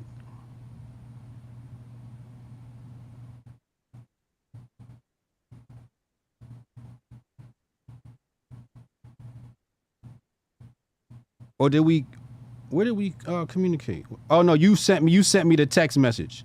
You sent me the text message showing you the back and forth with her, right? So now the issue is Hotep Jesus set all of this up so we could jump you. This had nothing to do with me. You hit Sonnie up. You wanted to have a conversation. Sonnie knew where the conversation would go if Hotep Jesus was not involved. She said that 5 minutes ago. Hold on, let me finish. She said that 5 minutes ago. She said The only reason why this is here is because I knew where this conversation would go if Hotep Jesus was not here, because I needed somebody to stop me. She watched our debate. She listened to it. When you said you'd like to have a conversation with her, she said, oh, hell no, I need somebody to fucking stop me from killing this nigga. So let's frame that up. And it's because you keep gaslighting and you gaslight me, talking about I went to go get my big homie. I don't need my big homie to slaughter you in a debate. You slaughter yourself.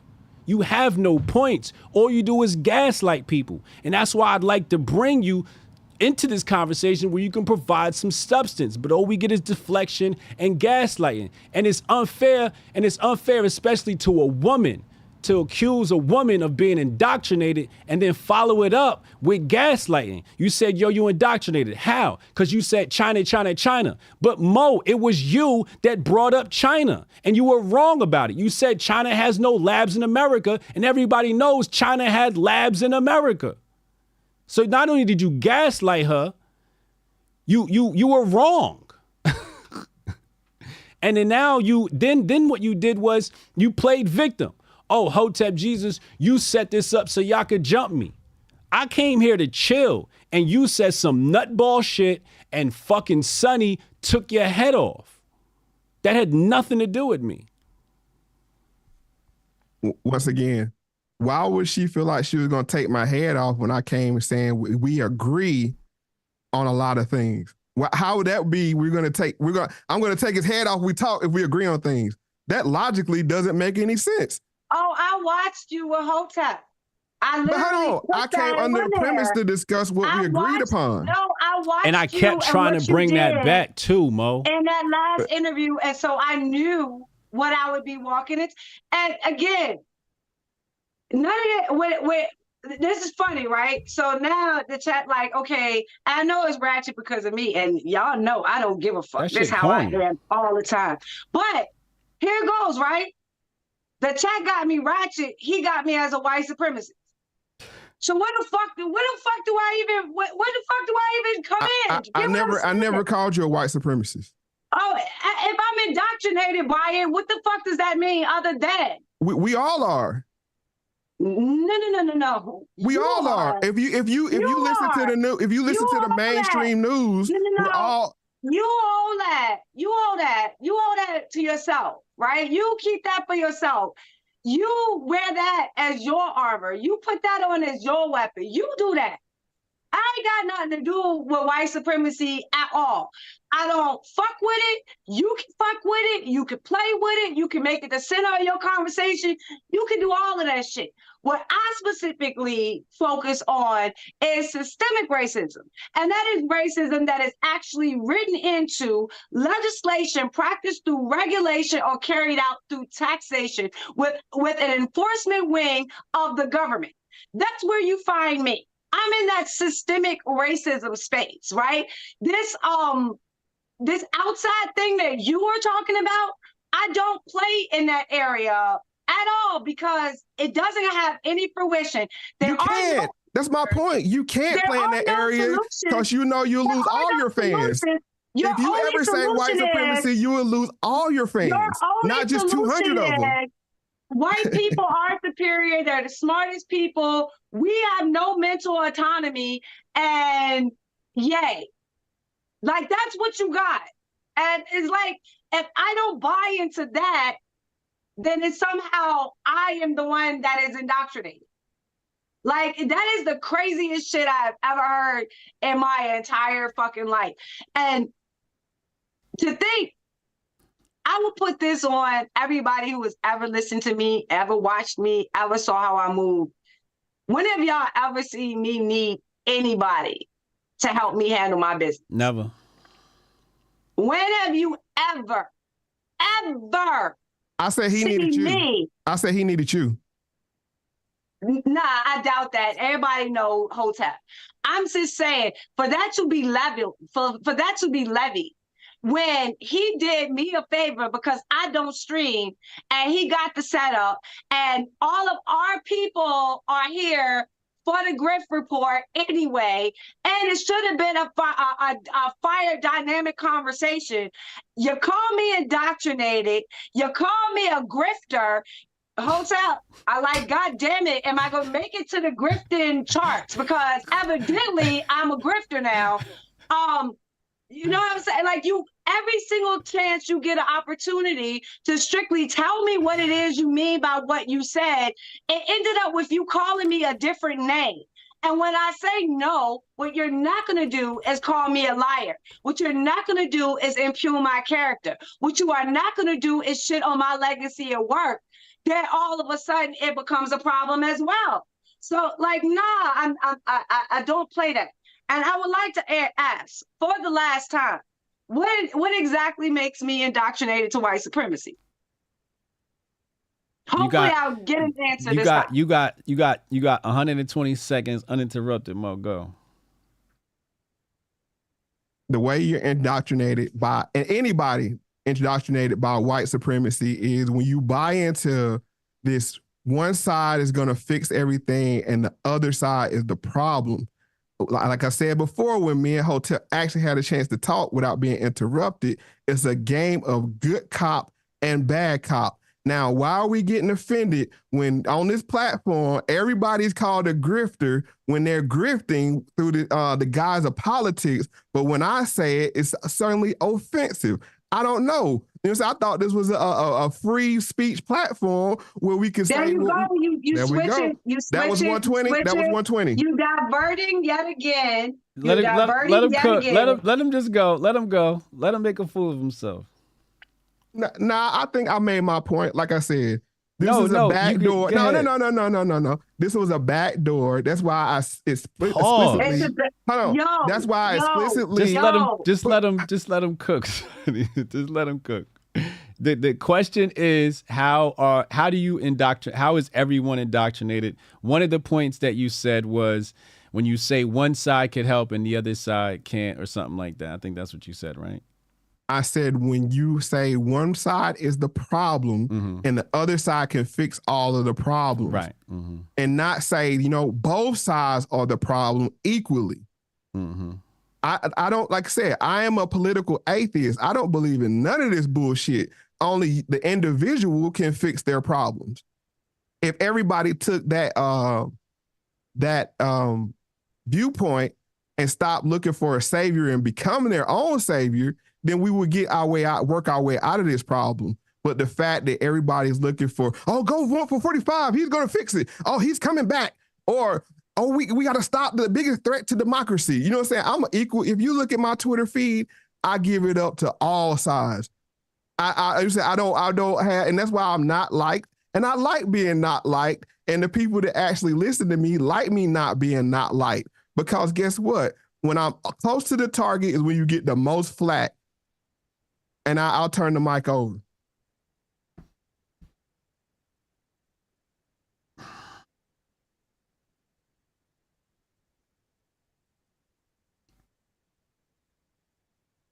What? Am I supposed to respond to the same stupid shit again? I'm not doing that. Like, literally, the reason we got here, the tweet that was highlighted literally shits on everything he just said. Yeah. Everything he just said. Yeah. It literally shits on everything he just said. As I both called out Democrats and Republicans. Yeah. I didn't pick a winner. I didn't pick a loser. I wasn't cheering and rah-rahing for a team. Yeah. None of it. So everything in one tweet delegitimizes all the bullshit he just said. And I'm going to let that stand on itself and trust people to understand the difference. I just want to repeat back the subject of today's debate. There are two ways to keep the issue of race on the forefront. One, make it the main issue surrounding everything. Democrat. Two, pretend it doesn't exist like the Republicans do. So that's me saying Democrats good, Democrats bad, Republicans good. That's me taking one side over the other. No, that's why I wanted to talk to you when you made that statement. Hold on. and the other side is going to fix them all. Hold on. That's why I reached out to you when you said that. But when you came on this platform, you began to talk about progressivism. And if you look up the definition of the word, it's generally considered social democratic and part of the American left. You made it a left-right conversation when you use that word to replace white supremacy. Why? Because there aren't progressive Republicans. No, I just said generally considered socially democratic and part of the American left. Are there progressive Republicans? So I didn't make it a left-right thing. I made it an ideological thing. No, correct. That word is synonymous with Democrat and left. It is not synonymous. It is synonymous with it. It is synonymous with an ideology. It is synonymous with a way of thinking. The very first progressive in America was a Republican in Teddy Roosevelt. That's true. That's true. So what are you talking about? That's true. He is the father. I just said it again. That word is synonymous with Democrat and left. If he just repeats it enough, it's going to change the fact that he's fucking wrong. What you're trying to do is what the Democrats do and give a word a different definition. We can't do that. What she's saying is that you may believe that the term progressivism is exclusive to the left. She's saying she's educated on what's happening in America. She's discovered that has nothing to do with a political party. It's an ideology, and it could be either Republican or Democrat. It just so happens that right now it's synonymous with Democrat. And the Republicans that are progressive just don't call themselves progressive. Those are the ones that you look at, like the rhinos or the establishment or the neocons. So they're the ones that mess with the language, not me. It doesn't change the fact that they are still under the exact same ideology, which I said ideology. She said ideology. Specifically. Yeah. I don't know being in politics, using the correct terminology that one in politics would use. Yeah, I don't know why you would want to challenge, the concept that progressivism is an ideology. I don't know why you. I didn't challenge it. What I said is it's synonymous with left and Democrat. How is That's it the synonymous? whole point. I'm not saying it's not synonymous. How is it synonymous with left and Democrat? Once again, I can't finish a sentence. I don't know how you do this professionally. Go ahead. No, 60 I'll seconds use this 50 seconds to wrap up. Hold on, I'm gonna set the timer. Actually, we're gonna set the timer. Set the timer. 60 seconds. I'm gonna use this 60 seconds to wrap up because I got somewhere to be at 4:00. Like I said, I may be found to be difficult because I don't have a political ideology. I use logic. I look at what's in front of me. I respond to it. I process it through logic. When you get into politics, that gets very messy. As we know, when you're on the right, you can't say anything bad about guns. You can't bring up white supremacy, and you can't bring up reparation. Those are trigger words. When you bring those up, just like on the left, you can't say anything about what is it? Well, black people being mentally free, that's a big trigger for them. You can't bring up anything. Capitalism is a big one for them, and so on and so forth. So I understand when I brought up white supremacy, it was going to be a problem. But the thing to say this, I came into this because when she made that tweet, I was like, oh, okay, she's coming to the center where I'm at with that tweet. And I would like to talk about it. But if you say coming into conversation, you thought you were going to cuss me out and you had to have a moderator, I find that very disingenuous because I was coming to a place where we could be talk about what we agree upon. And that's why I said on Twitter, I didn't want this to be a ratchet yell fest, like, you know what I'm saying, like O'Shea Dukes Jackson Rumbles that I used to be part of. You know what I'm saying? Like, this ain't my first rodeo. So with that said, like I said, this was clearly a backdoor. It is what it is. It's Grift season. Pause. I respect the Grift. I'm wrapping up. How you supposed to play with a bitch like this? How you supposed to play with like, come on, man. Come on. Like, seriously. Seriously. Right? So if it was a back door, I would have did this shit off of air where nobody could saw it and gave you the business like that. I literally wanted people to see. I literally wanted people to see it because I thought we could have an actual intelligent conversation. But yes, I do know how I am. And see again, with the slick little black backhand comments you try to throw in. No, I said you did give me the shit. I said you gave me the business. To turn into all-out yell fest. Excuse me. All that tells me is you have never watched me say, do, or have any interview ever. Because if you think anything about what I am doing right now makes you special or makes me triggered, you have lost your damn mind. This is me 100% of the time, every single time I'm doing any kind of fucking interview.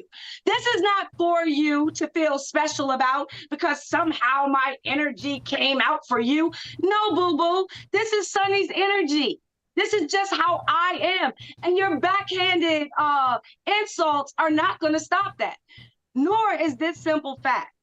Every single person who has listened to me for any amount of time already knows how I feel about Republicans and how I take and put my boot on the Republican necks.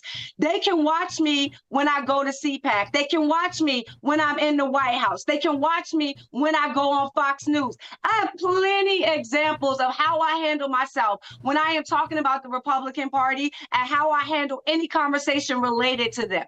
So anyone that sits up and tells me that I am making some kind of choice in the political arena about which side is bad and which side is good is full of shit. And my record says that clearly. So either Moe didn't want to check the record or this entire shit has been a gaslighting liar endeavor that I'm glad I got Hotep to actually moderate instead of me handling myself because I'd have lost my shit. Well, actually, I came into the conversation let you speak for yourself. I didn't have to do any background check or anything like that because I was coming to talk about what we agree upon. No, but see, your backhand comments is why I brought that up. It's not backhanded comments. No. Stop acting like I ain't from where I'm from, bro. Like, stop playing with me like I don't understand exactly what's going on here. Like, I ain't lived through this and grew up in this shit too. Stop fucking playing with me.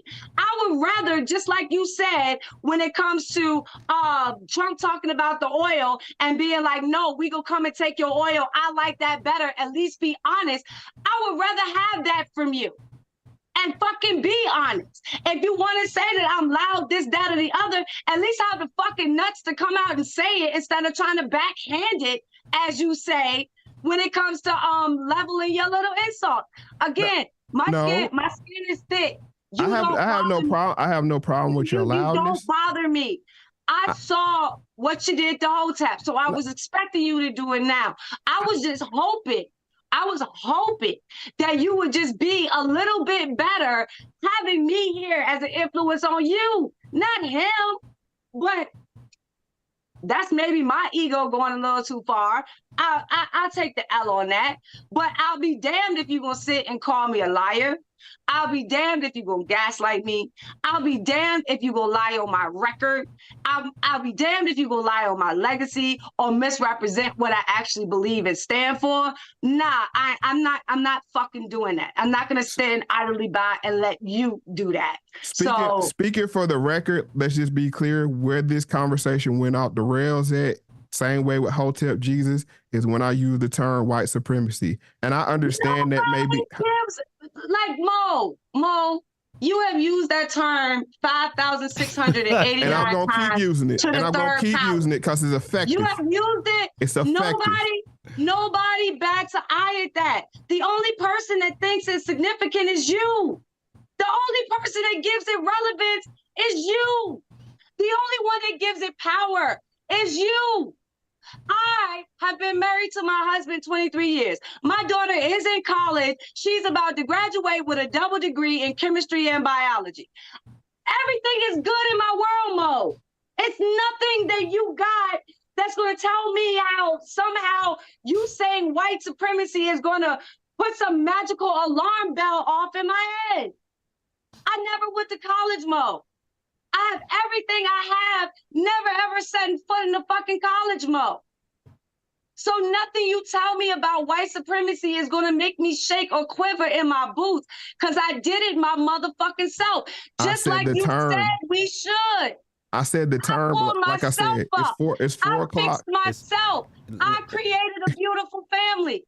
Listen, and you using white supremacy ain't going to stop that. Listen, with that being said, I'll let you go, Mo. I know you got to go. I appreciate it. All right, God bless you. Ladies and gentlemen, Sonnie Johnson, thank you. Mo, thank you. I'm going to go to the phone callers. Very epic conversation. This was historical. I'm glad I got to be a part of this. I appreciate you, bro. I told you. I knew. So. I know. I'm going to go listen to your phone callers and watch your people talk shit to me now. I'll see you soon, sis. Oh, man. Ladies and gentlemen, we'll be right back with the callers.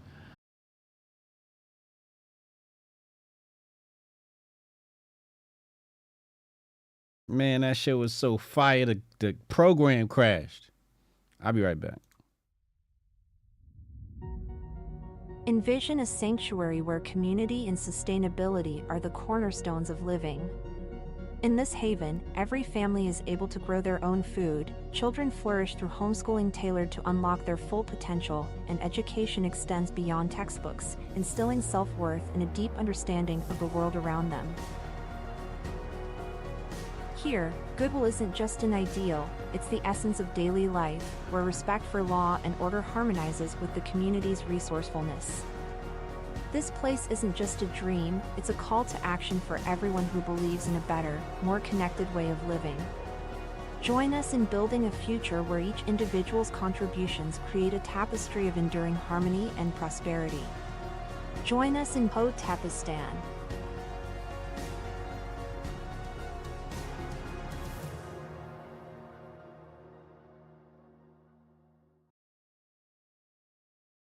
Yo, first of all, the chat had me crying. We waiting on Rudy right now.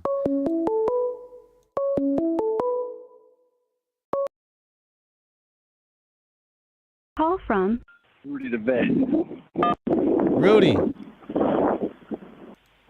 Rudy. Jay, what's good, brother?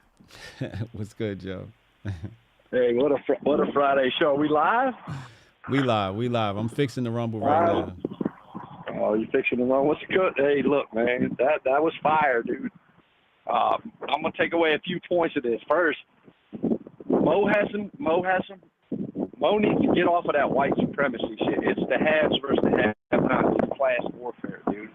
You don't think that when you look at the WEF and you see, the figurehead Klaus Schwab, yeah, he's a white German guy. But Xi Jinping, there's Arab leaders from the Saudis, from all over the world going to that meeting. And it's not just white people; it's the elites that have this game plan. Like he's right, they have a game plan to crush humanity. You can listen to their TED talks.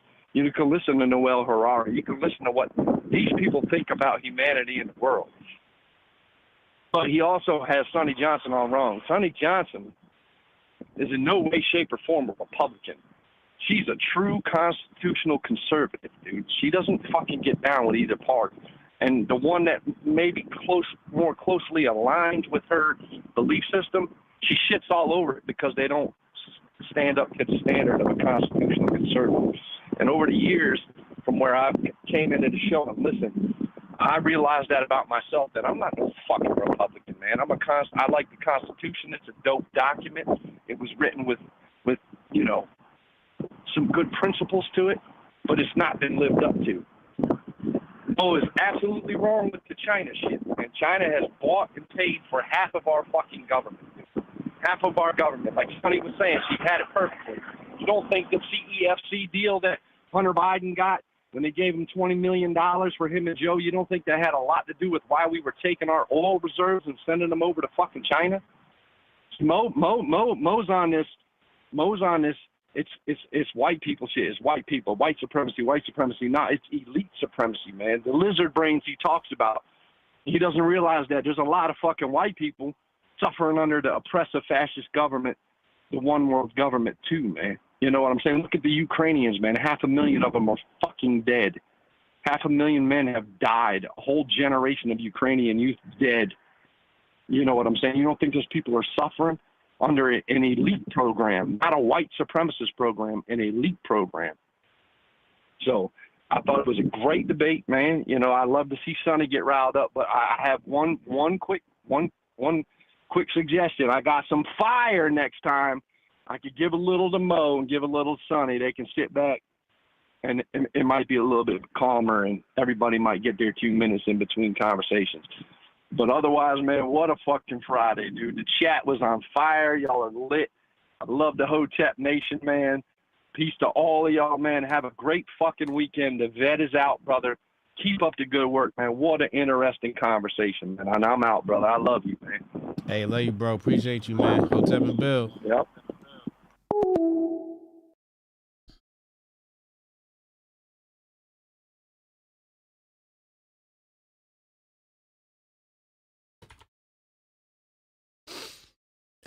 Yo, Nerd stupid. Nerd had me crying in the chat. I was like, yo, listen. Mo should have known it was going to be a 2v1. He didn't prepare for the ambush. And for that, we rest our heads and pray his transition is smooth. Come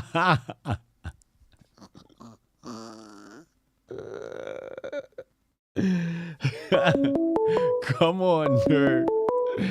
That's not what it was. Call from Strong Dad. Yo, Strong Dad, what's good, Joe? Yo, man, this was great. This was great. You know, I don't have Netflix, so the wife and I, you know, we're not going to be able to watch the Tyson and Jake Paul fight. So I was really happy to be able to tune in and watch a nigga get knocked out. You know what I'm saying? Oh no! Yo, my God, Sonnie came in like Goku on that nigga.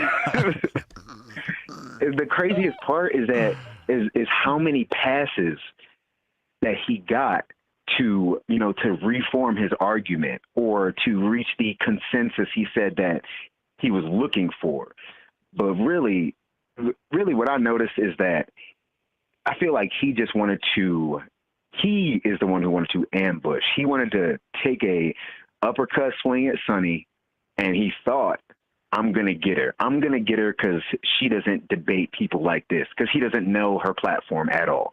Otherwise, he wouldn't have said half of the things he said or tried to liken her to those things based off of just that. I mean, it's crazy listening to this because I had a Moe Factz disorder, when I was still going under black conservative and shit. And it was listening to Sonnie that whipped me into shape and showed me the error of my ways. And I'm just like, Mo, you got to learn from this. You got to learn from this. This is like when you get beat up by your big homie, you know what I'm saying? You get violated for doing something stupid, you know what I'm saying? And then you come back stronger. So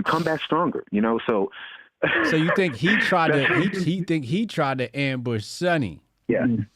Yes, because there was zero times where he looked for that consensus or that agreement, that so-called agreement that he said that, that he alluded to being able to have with her. There was none of that at all.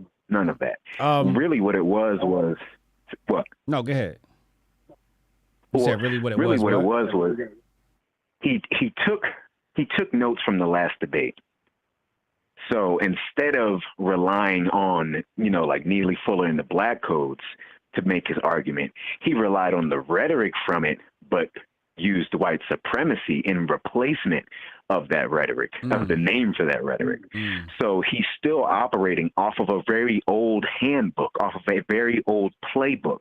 And that's why all of his shots came up short. That's why everything he tried to say came up short or was categorically wrong. I mean, first of all, we are too advanced in this world to not know where fucking guns came from, who was making projectiles first. Like, that shit is crazy, bro. What? No, the white man. There was no white man like when they were blowing people up. Like, yeah, that was China, bro. That was China had the kills, dog. Yeah. Yo, they was lighting people up. All of Asia before any so-called white person ever even touched that kind of technology. So let's be real here. Yeah. In the end of the day, all this was him trying to expand upon a point that he tried to beat you with, and failing at it because he thought, okay, I need to hit someone. You know, like do you think it was a setup though? Like, well, I guess you answered that, right? You think he's trying to set us up because he accused me of setting him up. Yeah. He turned his argument around several times. Okay, he turned the car around a bunch of times.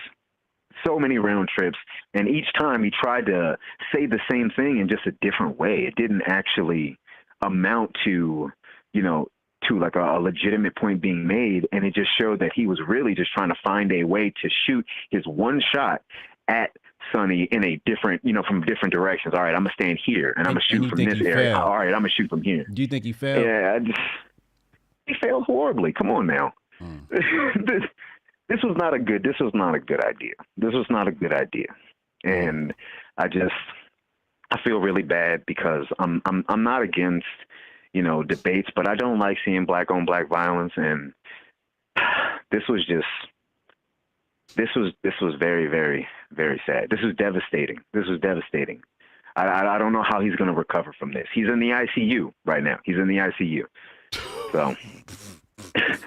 What's his name? Nerd Nash said we smoking on his ashes. Said he done. It's R.I.P. He wished him a smooth transition. That nigga is in the iron lung as we speak. All right, let me let Tari in, man. Facts. Hotep and Bill, y'all. Hotep and Bill. Damn, Moe tried to set Sonnie up. Damn, that's nasty work. That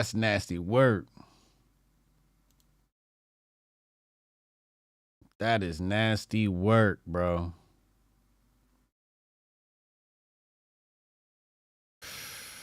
What's Rumble saying? Victor, come on, yo.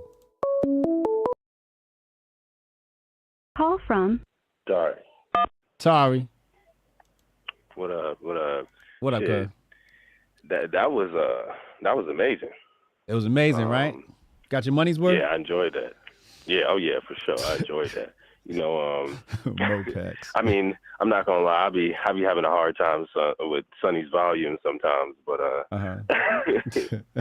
but it's I can never turn it off because I'm always so interested in what she's gonna say. So. Yeah.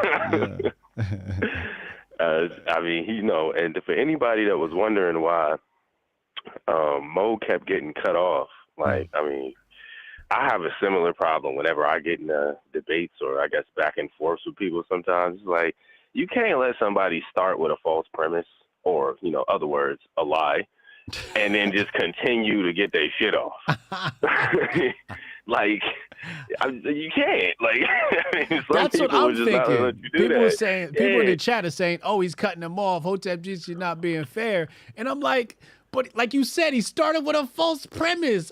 She's not supposed to cut him off. Like, you can't just start off. You can't start your argument off with, now China didn't have any labs in America, and it's just like, wait, stop. Yes. It's like, wait, let's stop. We're not even gonna get down in the rap. We ain't gonna let you dig the hole further. The hole is already started. Now we're gonna fill it in before it gets too big. Okay. Word. That's how I felt. All right, so you on my side with that, yo? Okay, good. Yeah, no, I mean, people gotta understand. This is how you moderate. I mean, it wasn't supposed to be a debate, right? But even a conversation has to be moderated sometimes because there will be disagreements that will pop up throughout the conversation. And Moe said we tried to jump him, and I'm like, I tried to put y'all on the same team. I literally put them on the same team, chat. I said, look, Mo, get with Sonnie. And I'm going to debate both of y'all same time. This is what I said. Yeah, that's what I was confused. I was like, wait a minute, why are they arguing? and Mo said some crazy shit. And Sonnie was, you know what it started with? When Mo said white people were smarter. And I was like, okay, this is. Yeah, I was like, oh, shit. And then Sonnie was, then that's when. I tried my best. That was it. Bro. I tried my best. Yeah, when I heard that, that's actually when I started really paying attention because I was working on some stuff. And what? When he said that one, I was like, ooh, she ain't gonna like that one. I don't know. Yeah. And that's the thing, right? So when Sonnie hit me to say, yo, you know, we want to have this discussion, she never said it was going to be a debate. But I looked at what was up there and race was on the debate. And in the back of my head, I'm like, this is going to turn into a debate. Because I know Mo. I know Sonnie. At some point, Mo going to say some crazy shit. And so I thought about it, and I'm like, oh, that's why Sonnie want me to be in a discussion, because she knows it's going to turn into a debate. So I was like, all right, I got you, Sonnie, no doubt. Yeah. I just knew, exactly and she knew. And I tried to mitigate that by saying, y'all be on the same team, I'm going to be over here, and I'll just play devil's advocate. And then... Yeah, I knew that wasn't going to last long. And he kept saying... and then he went... Then he got personal and said, Sonnie, you're indoctrinated. And that's when I was like, oh, no, I didn't do that. You have to bring evidence for that. No, Gina, damn, Gina. It was just... Lauren says she need witnesses. She always talks about that. She says, yeah, I need witnesses so people know. No, yeah, same. Because especially, like, I mean, to be honest with you, I think my issue with Moe Factz is and really just the white supremacy thing in general is, like, even if it's true, it's not useful and it's not convincing in a conversation with anybody anymore unless you're talking to, like, a leftist. Like... Because whenever I even try to educate white people on what white supremacy actually is, like the shit that he knows, or what we can actually understand from knowing, you know, actually dealing with real racism. Yeah. It always, like, even me bringing up the term, like, triggers a lot of people to the point where you can't even get into the conversation. So it's literally not even useful.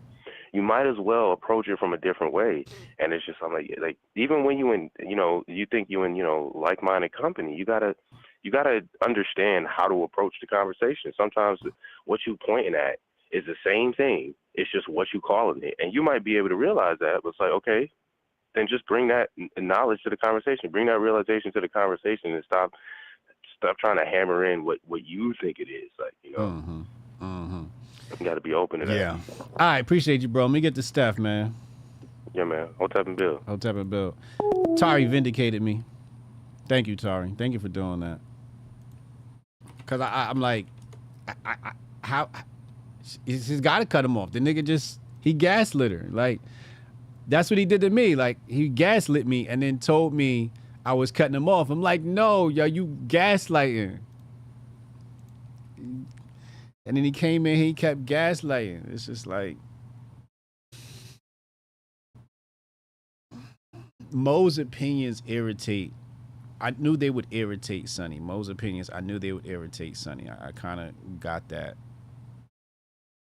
And I tried my best. Then he threw shots at me. What'd I do? He threw shots at me. He said I tried to set him up. Ambushed him. Tag team. Cats was making wrestling references in the chat.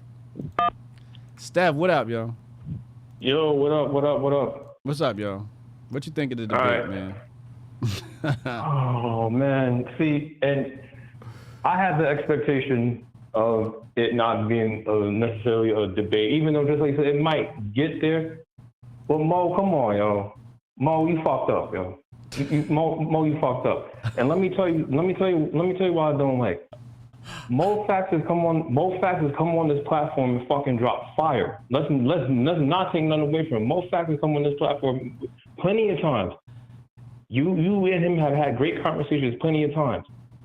What would make you think that this would be any different? You up here talking about you got to go get your big homie? Nah, When did you even know HJ to do shit like that? We don't do shit like that over here.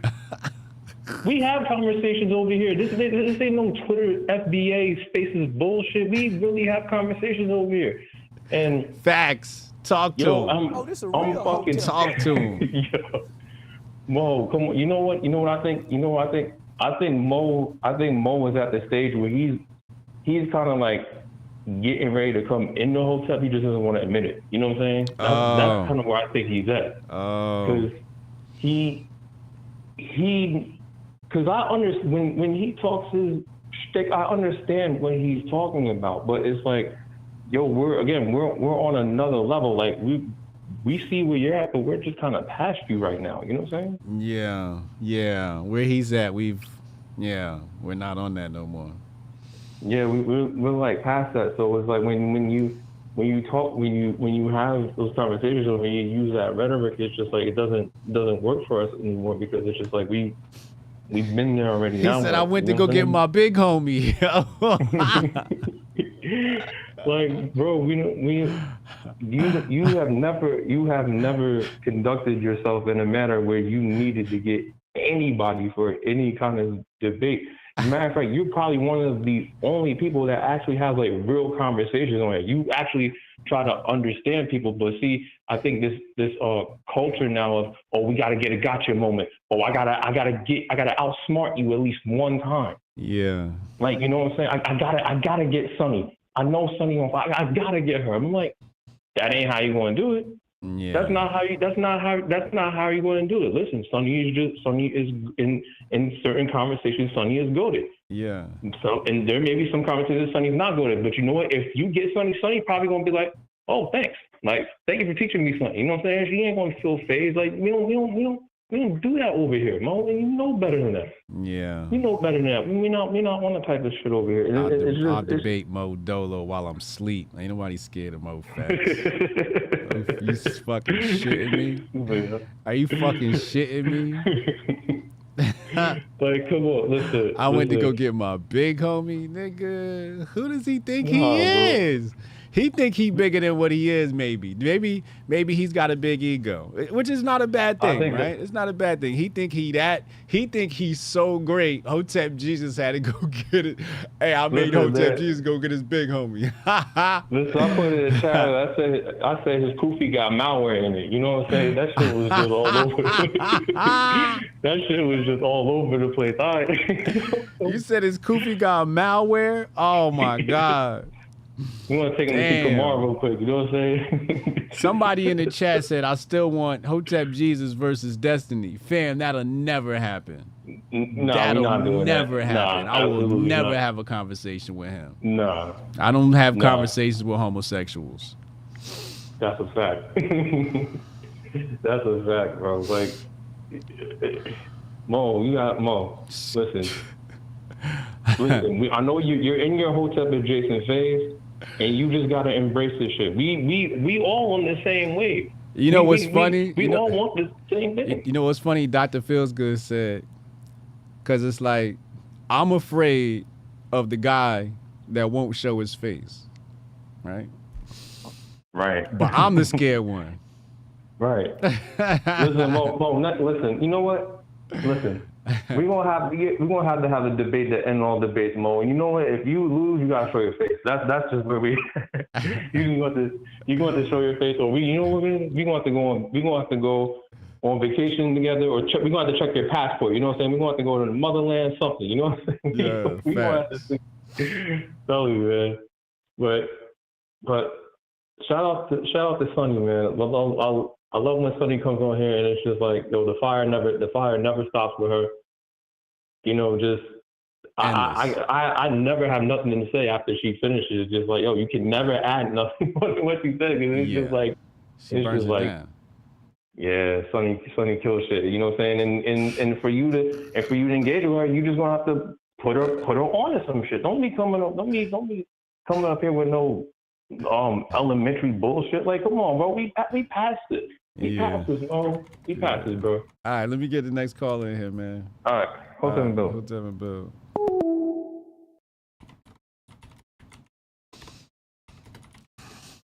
Nerd, you ain't shit. Nerd said Hotep Court. Conspiracy to commit murder. Come on, yo.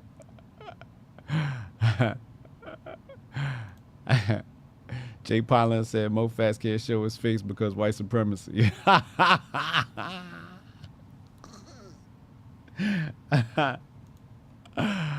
Oh man. Yeah, Moe Factz, yeah, Haram Life right. Moe Factz gotta go debate Destiny to get back in the club, yo. Facts, yo. He gotta go debate Destiny. I'm not debating no Destiny. I can't do it. This nigga's got blue hair, yo. I'm not. Here's my issue. Anybody that knows me knows I'm super boule, right? Like I'm super boule, especially with my image and shit. You can't tell it from the hoodie, but I'm very particular about what's around me. And what I know about creating media is I'm going to show you what I'm talking about. I'm going to show you exactly right now what I'm talking about. Hold on. I'm going to pull this up so you can see this and then you tell me if this shit makes sense. I'm going to show you an image and you tell me if it makes sense for me to debate this guy called himself. Hold on. Where is it? Here it is right here. Let's pull this up. Let's put this on the screen. Wait a second. You tell me. Is this it? Here we go. Now, imagine this, but the blue haired nigga sitting across from me. I will never allow that to exist. They're going to have to throw a crazy bag at me to have me on your screen like this. I don't want, it's not about the conversation, the ideology, winning, losing, grifting. No, it's not about that. It's about the fact that one day somebody's going to type in Hotep Jesus, they're going to hit the images tab, and it's going to be me with a blue-haired motherfucker. No, not in my Google search. Not in my Google search. Not going to happen. Not going to happen. Lou was supposed to call in. He didn't call. Let's get Jason in here. I'm not doing it. Fuck I look like. And that'd be the problem, like, and some of y'all say, oh, that's what the leftists do. They say they won't talk to this person because of whatever. Good. I don't give a fuck. I don't give a fuck who the fucking left wants to fucking talk to. And if they shouldn't give a fuck who the fuck I want to fucking talk to. Good. We should be selective about who the fuck we talk to. The fucking right don't even talk to the people they fucking supposed to talk to that's in the right. So before you get to the left and say, oh, the left won't do this, the right won't do this shit neither. Call from. They keep fucking putting idiots up on your platform. You know what the right is great at doing? Making white George Floyds.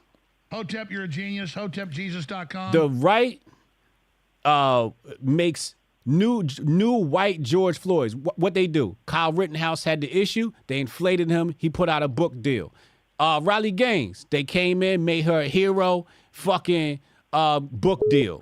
This is like a thing with them. They pick you up, and that white girl that got beat up, she would have had a book deal too, but she was dating a black guy. Caller, what's good, Joe? Hey, what's up? What's up, man? What you got for us today, bro? Great show today, and I love Moe Factz, pause. But okay. I feel like you guys go too hard on him, pause again. We go too hard on him? Okay, explain. Well, I mean, yeah, he's got it wrong about the white supremacy, and even though I'm a Sonnie Johnson, when he says it, it doesn't trigger me. It's like when Dick Gregory talks about white people. Like, he's not talking about white people. If you listen through, his words, he's really talking about the Anglo-American establishment that Cecil Rhodes is talking about setting up in his last will and testament. So when you kind of change the words in your own mind that he's saying, he's making a lot of sense. How did we go too hard on him? Well, it's like you don't listen to what he's saying past white supremacy, it seems like. He gaslit us. That he did, and I only know Sonnie from your show, so I'd like to see Sonnie talk to a non-Hotep person, see what she sounds like there. So if anybody has a so when I say he gaslit me, you go, oh yeah, well he did do that. That's just nothing, right? That's forgivable, right? He didn't immediately gaslight you. He started off, and then you were dogpiling him. And then, he got flustered, it seemed like, and then reverted to the gaslighting. So that's totally on him. But, he's talking about China's not the issue. But, yeah, China's just part of the Anglo-American establishment, like in Saudi Arabia. I mean, the British started Saudi Arabia, too. So it's not like there's other necessarily independent factions trying to take over the world. There's just Anglo-American establishment branches almost that are trying to, gain a little bit more of a seat within the corporation that they're all working for. And I mean, his solution always, is to work on yourself, which is very Hotep. Sonnie Johnson had a meeting with Trump, right?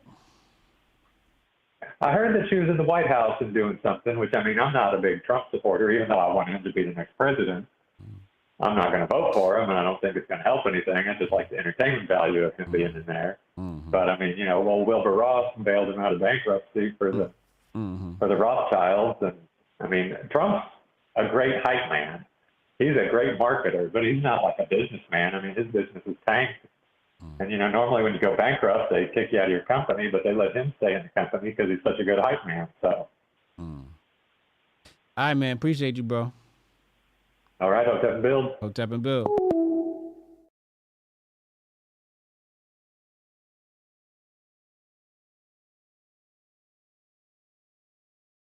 Lord Jesus. I'll be damned. Hold on. Let me get to the super chats, man. We got super chats in here. Where are we? Damn. Jay's World, thank you for the $5 super. Jay Pylon says, salute Sonnie, $2 super. Appreciate you. Call from. Hold on a second, caller. Kelson Pierre Gilly, $20 super. The Grift Report, where the unthinkable happens. I hope everyone has their favorite snacks. You see what I'm saying? Like, people know when you come to the Grift Report, you never know what's going to happen. That's why you're here. Marcus Watkins, $5 super. Keep it up. Thank you, man. Appreciate you. M. Dot. Descendant Loki, 20 gifted memberships. Oh, this a real Hotep brother. Shout out to the homie. Hold on. We almost done. Rudy the Vet Russo. Oh, I read that one. K, thank you. Ray C, $20 super. Appreciate you. God bless you guys. Now you hit the goal. Peace out. Thank you for helping us hit the goal. Yes. We keep the goal on the screen now to make sure that, the education is being fairly compensated. Rudy, $10 super. Sonnie, I disagree. The rural American will resist when it all comes crashing down. The lily whites and progressives in the cities are primed to fail. Black, conservative, and Republican, $5 super. Sonnie, HJ, Hotep Nation, love the intellect. Thank you. Damn, Descendant Loki, another 20. Jesus, Christmas. Oh, this a real 20 gifted memberships. K, $10 super. Love you, Mo, but my sister's cooking today. Strong Dad, $5 super. White people didn't make mass weaponry for an extremely long time. Asia exclusively used projectiles for 100+ years before whites even shot a gun. Yeah, this is true. Andre Brown, $5 super. He says, Sonnie, do you think the day the hood equals hustling and capitalism, what would happen? Yo, it killed me with Mo when he said, they gonna go under the bunkers and then come out and replenish the earth. I was like, this nigga he sound like Yakub and shit. Rudy the Vet Russo, $10 super. Republicans aren't the solution to the problem. Democrats are the cause of the problem. And the thing is that comment by itself is not outlandish. It was just in the context of the conversation.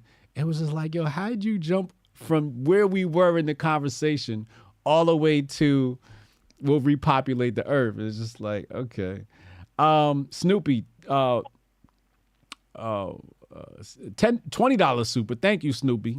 Oh, this a real Hotep brother. Met with local Republican Party in King of Prussia, PA, conveyed outreach to the black community in Norristown, PA. They said they can't influence the subcommittee if you don't live in that district. What outreach can I do? I would say pay Sonnie for her time and guidance and consultation, and she will guide you, and you will be amazing. Sophisticated Ignorance, $5 super. He said, I like the black diaspora needs kind of uncomfortable talking points. Of revolution isn't pretty. Just ask the Haitians. All right, so Carla, what's up, man? My bad, yo. What's up, yo? No, you good. Nothing much, bro. Great stream today. Thank you. Super, super entertaining, to say the least. Definitely learned something as always. Okay. Man, when it comes to that guy, I don't know where to begin, bro. I really don't know where to begin. I was giving him chances on chances because, again, like a lot of his talking points definitely would have hit home with me about maybe even 5 years ago, but 10 years ago, like my 20-year-old self would have definitely been all over them talking points. You know what I'm saying? But yeah. Now, like you and Steph made a great point. It's like we graduated from that. You know what I'm saying? From that type of mindset, that type of thinking. And now we're on to solutions, you know, like what real solutions can we apply here? And, you know, you got the money-making solution, right? And Sonnie has, like, the political aspect of the solutions, things of that nature, right? Strong Guy got the health and fitness. Right. So these are people who are actually, like, you know, physically doing things on the ground, making changes. And when I you know, think about him, it's like I don't know what he looked like. And, you know, he makes these great talking points that are just, I feel like in our community, is just outdated at this point. You know what I'm saying? And now I'm questioning whether he's, you know, FED or not or something. You know what I'm saying? It's like, bro, what is going on? You know, I don't know how old he is. I just feel like he's a little too old for these talking points. You know what I'm saying? Yeah. That's just what I wanted to add in there. And major shout out to Senator Loki. Yeah, word. Shout out to Loki. Oh, this is a real Hotep brother. I feel like a victim because he pulled the victim card on me. He said we jumped and we set him up. Yeah. And that's what people like him, that's what they're really good at doing, yo. And it's just, it's really annoying sometimes when somebody that has that much potential chooses to just, you know, stick in one lane that isn't really moving the needle type shit. You know, I don't know how to explain it really, but that was kind of the best way for me to put it. I did that shout out because I recently. Do you believe that though? Do you believe that we set him up? Did we jump him? No, but I can see why another viewer that probably didn't, you know, understand the situation and why he might feel that way. But no, I think if he studied enough or, you know, was on the ground doing some real work enough and realized what Sonnie's platform is about, I don't think he would have, you know, said all of that. But he just walked into a landmine or something. I thought he was thinking, you know, it was going to be all shits and giggles or something, but that wasn't it. And him just recycling and regurgitating the points that he can't really articulate clearly just makes me question him a lot, you know. All right, man. Appreciate you, man. Yeah, man. No problem, bro. Hotep and Bill. Hotep and Bill. Damn, that nigga called Moe Factz a fed. Come on, y'all. HJ, your Dana White. Got to know your fighters. He wasn't worthy of this fight. I'm Dana White now. I like that. That sounds interesting. I never looked at myself as the black Dana White. It wasn't supposed to be a fight. Well, I knew it was going to be a fight. I tried not to make it a fight. I tried to make it so that it wasn't a fight. And if the fight was anywhere, they'd fight with me. I tried to bring them together. And Murphy's how do you Law fumble Rescue. that? How do you fumble? How do you fumble me giving you a partner in the ring? Like, Goldstein, what's good, bro? What's happening? What's happening, man? Did you catch the conversation today? I caught about halfway through. Okay. But I don't think y'all jumped in. Okay. He out of line for that. Okay, he was out of line for that? Yeah, y'all didn't jump in, man. Y'all should have jumped that nigga, though. Y'all should have jumped the shit out that nigga. You can't let these niggas breathe no more, man. These, oh my God, I'm a perpetual victim ass niggas. All right, well then, let me show you how that really feels. Jump that nigga. Mo, you got to stop this. You got to stop this, Mo. This can't go on, man. This can't go on in the 21st century, Mo. This is some antebellum ass shit, Mo. Those days are over. There is no white supremacy. There is no white supremacy. You know what I mean? This shit don't exist. Where? Show me where. And I don't mean a bunch of white folks beating up on some shit that ain't finna hit back either. I ain't talking about that. Yeah. You want to see a good version of white supremacy? White supremacy was that Budweiser boycott. That was white supremacy right there. That's the only place that shit existed. And last year was right there, or this year, whenever the fuck that shit was. They were supreme in the motherfucker when they did that Mulvaney dude the way they did it. Right? Supreme. And when I say they did him the way they did him, I mean they made him more famous than he ever could be. Yeah. That's white supremacy right there. Oh, this a real Hotep brother. Outside of that, the shit is a myth. It's a social, what they like to say over on that side, a social construct. Yes. White supremacy is a social construct. It's a myth. It's a legend. It don't exist. So stop it, Mo. You have to come out of the forest, Mo. Come out of the forest, Mo. Listen, I know Harriet gave you the motherfucking, she gave you the roadmap to freedom and you got lost. But this is a whole different era now, Mo. You got to come up out the forest, Mo. We're going to put you in some clothes. We're going to take that chain off your neck. We're going to get you right, Mo. We doing things nowadays. I don't know if you heard. Niggas got guns nowadays, Mo. There's no white supremacy that can beat a bullet, Mo. Stop it.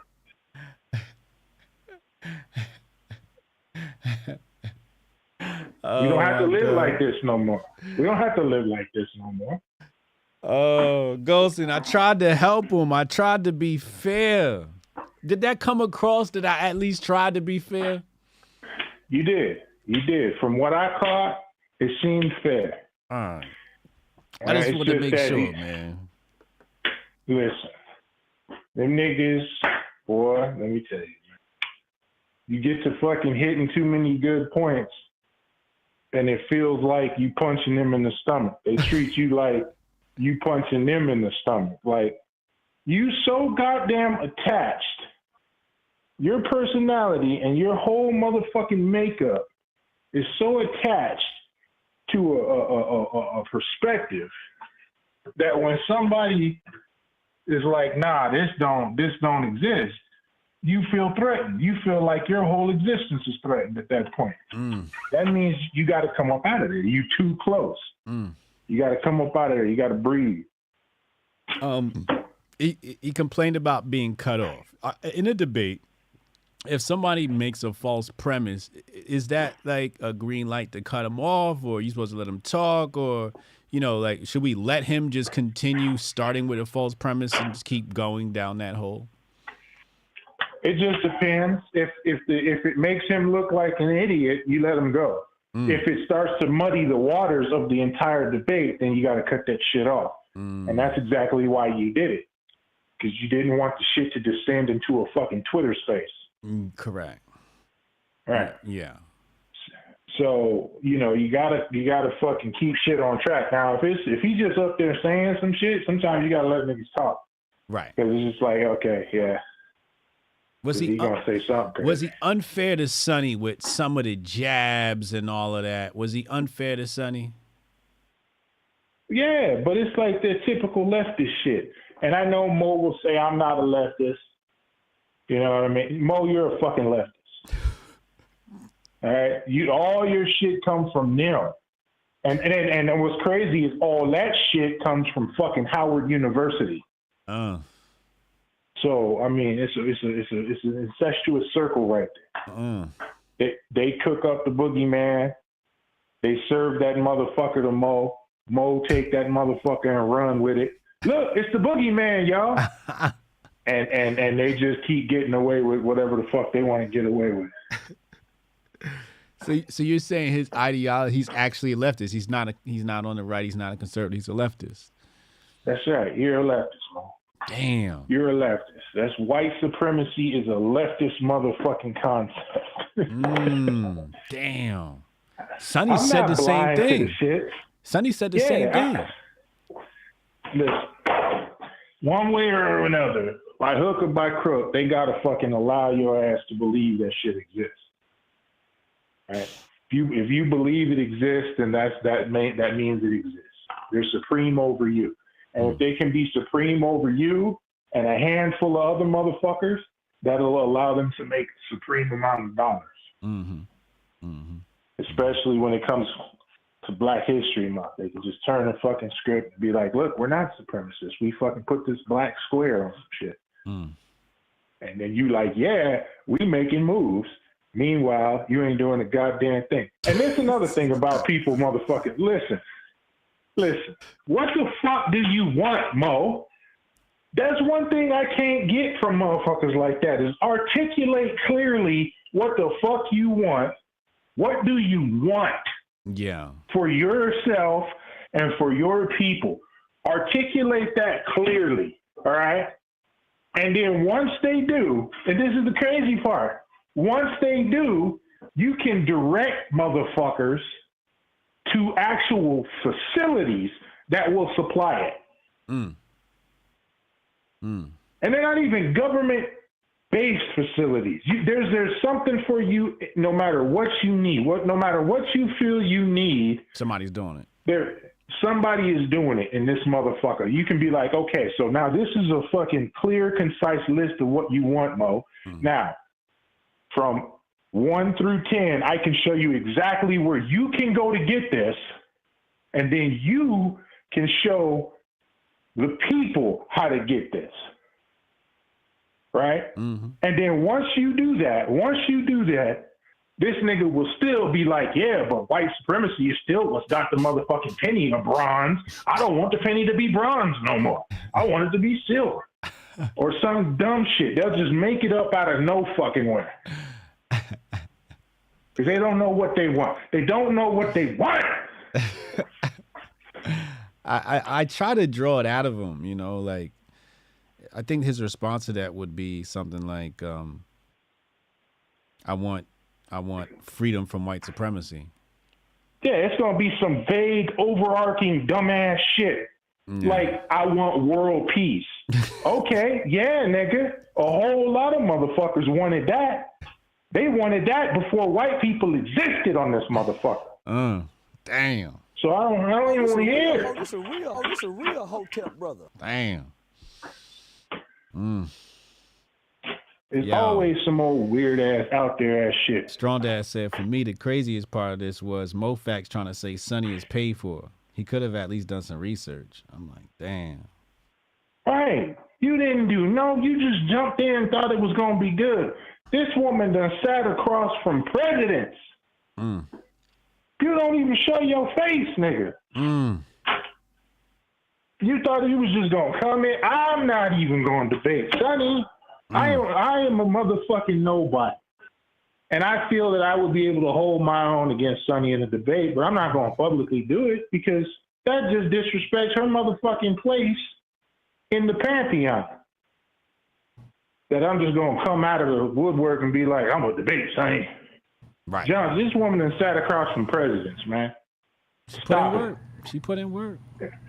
She was probably, I want to say the first one to recognize was probably Nerd Nash, Who was it? Nerd Nash or Sonnie? Who was first? That's what I'm trying to think. I know Nerd Nash and Sonnie are like the two that was there day one that published this on their.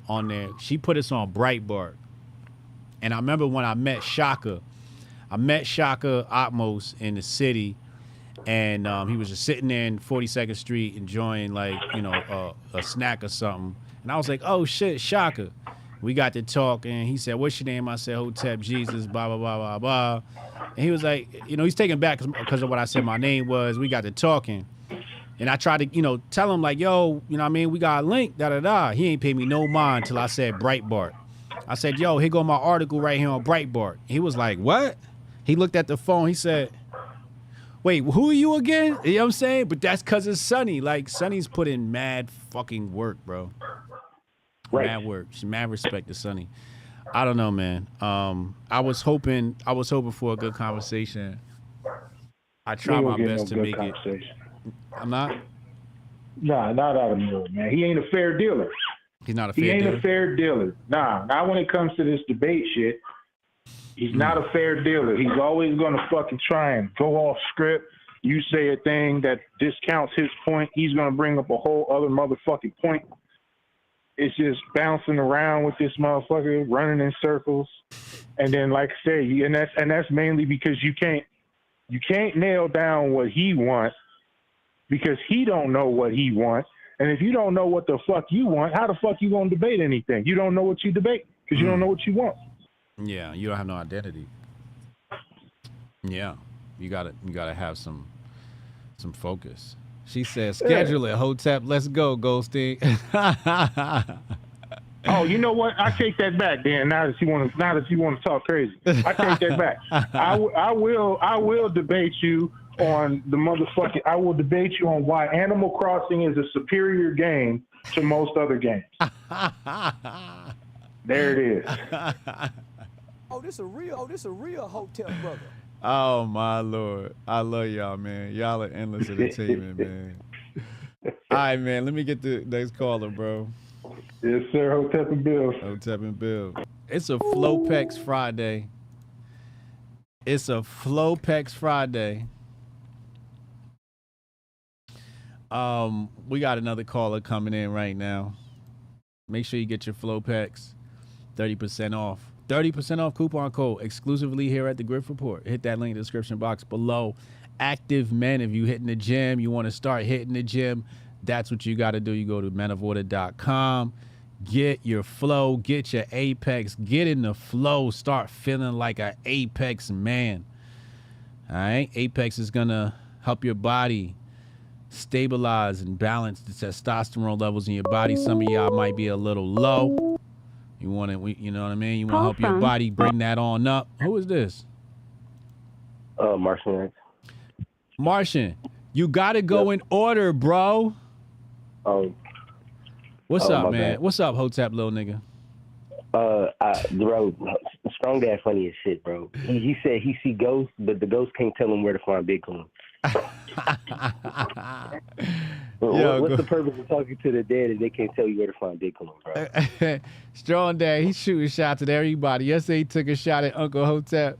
Now Hotep, little nigga, taking shots at you. He coming for all the big dogs. Hotep, little nigga. This a real Hotep brother. He said, I'm taking out all the titans of Hotep Nation one by one. How you gonna say you see ghosts, but your ghost can't help you find Bitcoin? Oh, man. Oh, you ain't shit, man. You ain't shit. Nah, that super chat that he sent yesterday was crazy. He said he got a lot of spiritual powers, but his spiritual powers can't tell him how to find a altcoin. Oh my God! But Strong Dad said he got Bitcoin. He said he got Bitcoin. Yeah, now it took him long enough. Oh my God, nah. But anyways, nah. I'm just fucking around. But I experienced like similar things when I tried to explain. Like, there's a book called The Sacred Magic of the Kabbalah, and it talks about how by Manly P. Hall, and it talks about how since the beginning of time, there's always been like a separation of two faiths, one for the commoner to look for God outside of themselves to stay a slave spiritually, and then one for the elite members of that society. What's the difference between those two religions? One You've been teaches them studying. to look for God. One teaches them to look for God outside of themselves, so they'll forever be lost. And then one tells them to that there's a God within, and you can't tap into the God outside of yourself until you tap into the God within. Oh, this a real Hotep. Get off my phone. Get off my phone. Bye. Oh, I just wanted him to end on a good note. I like him. I like his spunk. I like that kid. Every day he makes me like him more. Pause. We got some supers coming in. Strong Dad says, $2 super. Why does Hotep little nigga hate me so much? Yo, he came for Uncle Hotep yesterday, bro. He's coming for all of y'all. I'm waiting for the day he come for Goldstein. I'm gonna fucking lose it when he come for Goldstein. Hotep little nigga ain't playing with y'all. How old is he? I think he's like, Martian, how old are you, man? Yo, 720 call in. 720 call in. Lauren said, Hotep Fight Club. You already know. This is how we do. Let's get it in. If anybody knows me in high school, we used to have Fight Club in my house. Any of my friends know we had Fight Club at my house. You threw the gloves on and we fought after school. If anybody knows, we got to get it in. My homies, the people around me have to be tested. I need to see you get tested and see how you stand under adversity. Cause you're gonna buckle when the feds pull up. They got you in that room. We got to know you're not gonna buckle. You know what I'm saying? Iron sharpens iron. Facts. Jack Reed said we don't talk about Fight Club. You know what I'm saying? He said he's 22. He just turned 22 this year. This nigga's birth date is 2/20/2002.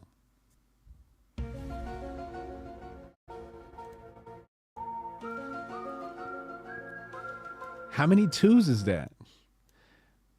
Wait, hold on. Wait. I want to do this right. That's 8. Yo, he the one.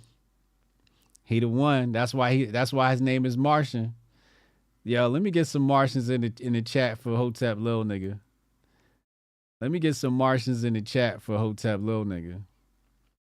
Damn. He the one, yo. He the one. He the golden child of the Hotep movement, man. You know what I'm saying? He the one, yo. Y'all said I was the one. Nah, that nigga the one, yo. He on his way. He said, and I gotta just tell you why I'm hyped. I'm hyped because he said there's a religion for the masses and there's a religion for the elite. And the religion for the masses tells them there's a God outside of themselves. And the religion for the elite is there's a God inside yourself.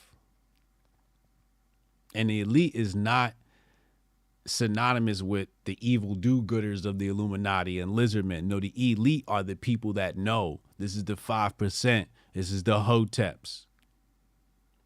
You got to know when you want to find God, you don't go out there. You go in.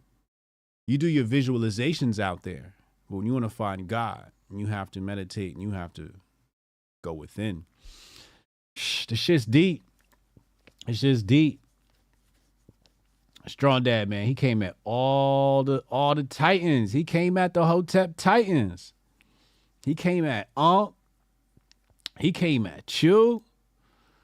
Is Goldstein next? Damn. He came at the Titans, bro. Normally you gotta work your way up. Uh-oh. Uh-oh. Strong Dad said, nah, fuck that. He ain't taking no shots. Strong Dad about to call in. Strong Dad calling.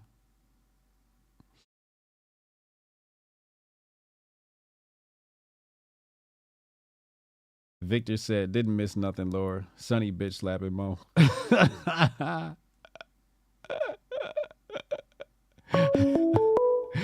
you say it like that? Come on, y'all gotta do better, man. Call from Y'all are funny. Strong Dad. Strong Dad, what up, man? What's up? Little nigga, Hotep little nigga coming at your neck, bro. I don't know why Hotep little nigga does not like me. I've never said anything mean to this nigga. And every time he says something about me, it's always some half-bitten, like, my nigga, I was in prison. I got out and learned the internet. I had to hit a learning curve, you know what I'm saying? I got scammed out of a lot of shit because I didn't know that shit. But that's because I go hard in these streets, man. I'm fucking 37, man. Like, you got to understand, for me, learning some of these things that you're adept at with Bitcoin and all this stuff, this is hard because technology was something I was never interested in. I was trying to rebuild my life. So, you know, take that or leave that. When you was a little nigga, he was beating up drug dealers, huh? Yo, when this nigga was a baby, I was doing kick doors and fucking robbing niggas in the street. I was living that life, my nigga. and I turned it all around. And I have turned it all around. So, but anyway, you know what? Listen, man. Yes, I see spirits, my nigga. We all see spirits. They're all around us all the time. Yeah. You know what I'm saying? I participated in the Sweat Lodge. I carried a pipe for a while. It's called a chanupa. You know what I'm saying? Mm-hmm. I led spiritual ceremonies. Mm-hmm. I did this stuff. I did Hotep shit. You said the stuff you're reading. Yesterday, you say you see dead people. Facts, 100%, 100%, 100%. But here's the thing: when you delve deep enough in Hotep, you discover how to do these things, how to see these things. This is an area of Hotep. You know what I'm saying? All these books you're reading. These books this is old knowledge. This is old knowledge. This is nothing new under the sun. As a matter of fact, you can read the fucking Zolar and find this shit. You know what I'm saying? I respect your ire, but you got to stop trying to cut my ankles, or I'm gonna stomp on your neck. You keep trying to cut my ankles, Hotep little nigga. Let me get some, and I'm gonna light you ablaze. Let me get some ghosts in the chat for Strong Dad. Ghosts in the chat for Strong Dad. Ghosts in the chat. Put some ghosts in the chat. Put some ghosts in the chat. My nigga said. But you remember. Before my last show, when I quit smoking weed, I said I'm starting to notice some weird things around me, and that was one of those things. My senses were dulled from, I got out of prison, started smoking heavy, and when I stopped for the show, I started experiencing a lot more of that spiritual activity, and that's something that we're all in tuned with. It's disclaimer. It's cyclical. Disclaimer. I'm not discounting Strong Dad. First of all, disclaimer, because have I ever told you about my ghost experience? I don't think I tell you. I don't tell people about my ghost experience because I know how people look at that shit. Nigga, let's put it like this.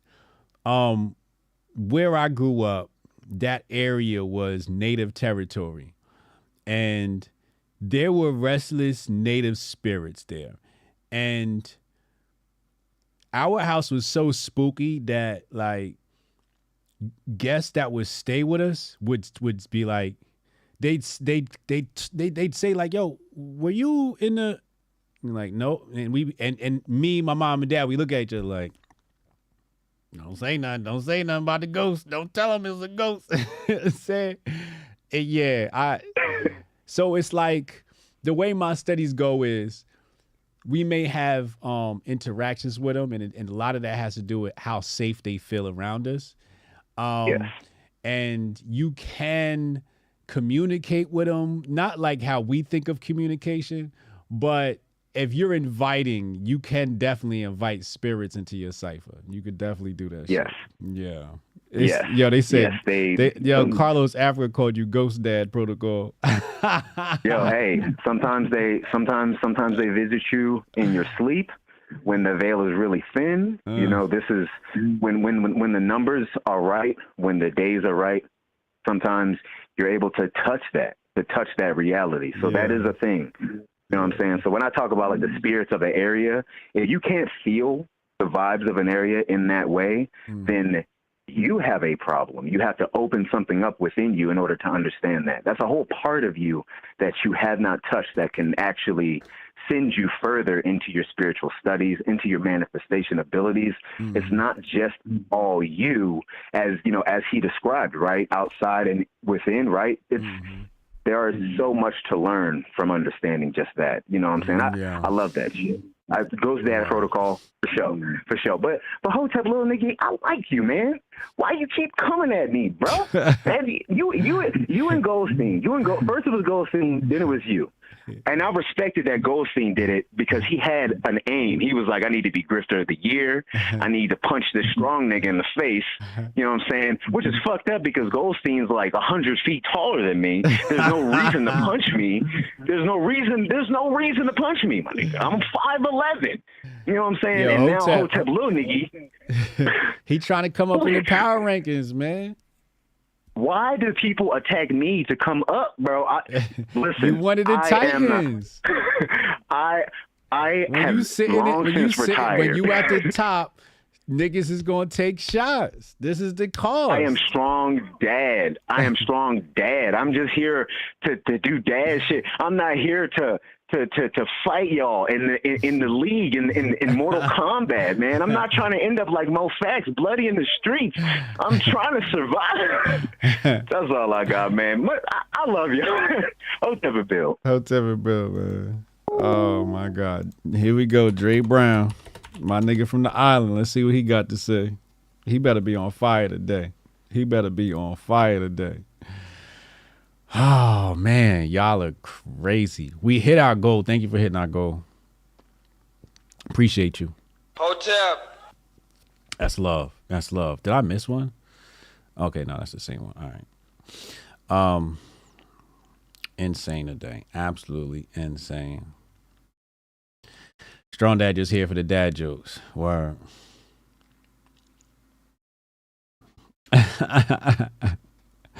Rudy, you crazy, man. Oh my God. Hold on. Let me I want to check the trending topics. Let's check the trending topics. Let's see what's going on in the world. What is this Pickett? What is this? Is football stuff? Pickett? Who's Pickett? Chat, who's Pickett? Wide receiver or some shit? Mike Pence. Why is Mike Pence trending? As we wait for our next caller. Call from Dre, what's good, yo? Man, I want the heat scorn on Moe Factz' head like you heat coals on a chicken you're roasting out of doors. Wait, what? I'm thoroughly upset with Moe Factz. You upset with Moe Factz? Why you put a wet toilet paper weight up against a super heavyweight against like Sonnie? That was like a tomato can fight. I was thoroughly upset with him. You see, that's the problem. This is the problem I have these people who claim to be a better. They scared of white people. His whole thing. I can understand, right? I don't know if he's not sophisticated enough to understand that it's not exactly white supremacy, but a bunch of oligarchs. And they got oligarchs in every color. They got Chinese, Saudis, Nigerian, Ghanaian, South African, black and white oligarchs.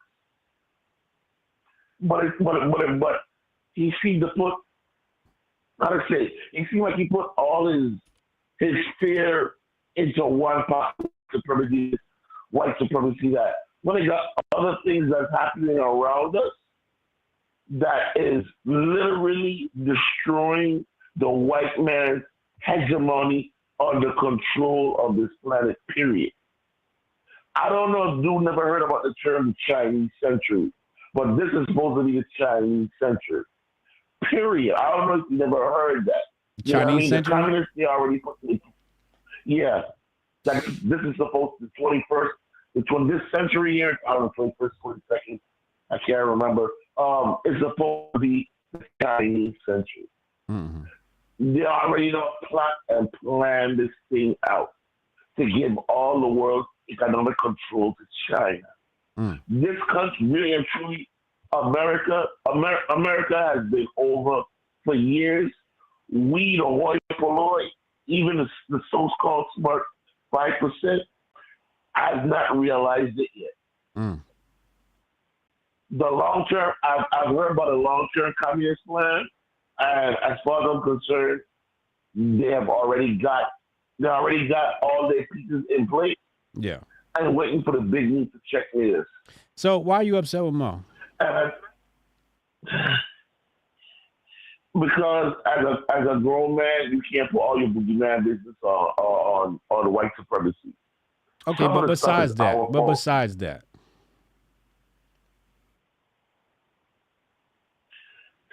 do you think he got jumped? Do you think he got jumped? Do you think he got set up? No, I don't think I think he set himself up when he tried to go up against Sonnie. I wouldn't even go up against Sonnie or argue or anything yet. I don't even feel like, you know what I mean? I don't even feel like I'm even there yet to say that I want to even have a conversation with Sonnie. If I was going to be Sonnie, I'd probably tell you a total fanboy, which I hate saying it. You know what I mean? I'd observe her from far, far away to see this kind of conversation with me. You know what I mean? It'll be hi, yes, hello, and stuff like that. I wouldn't try to pull up opposing views on her. And the thing about it is, what most people don't understand, voluntary association. Yeah. That's all it is. Yeah. If you're so afraid of this nebulous thing called white supremacy, and I know why he thinks that, because he probably read Nelly Fuller. Yeah. I read Dude in 1991 and 1996, and both of them gave me headaches. Because some of the things I don't agree with. Yeah.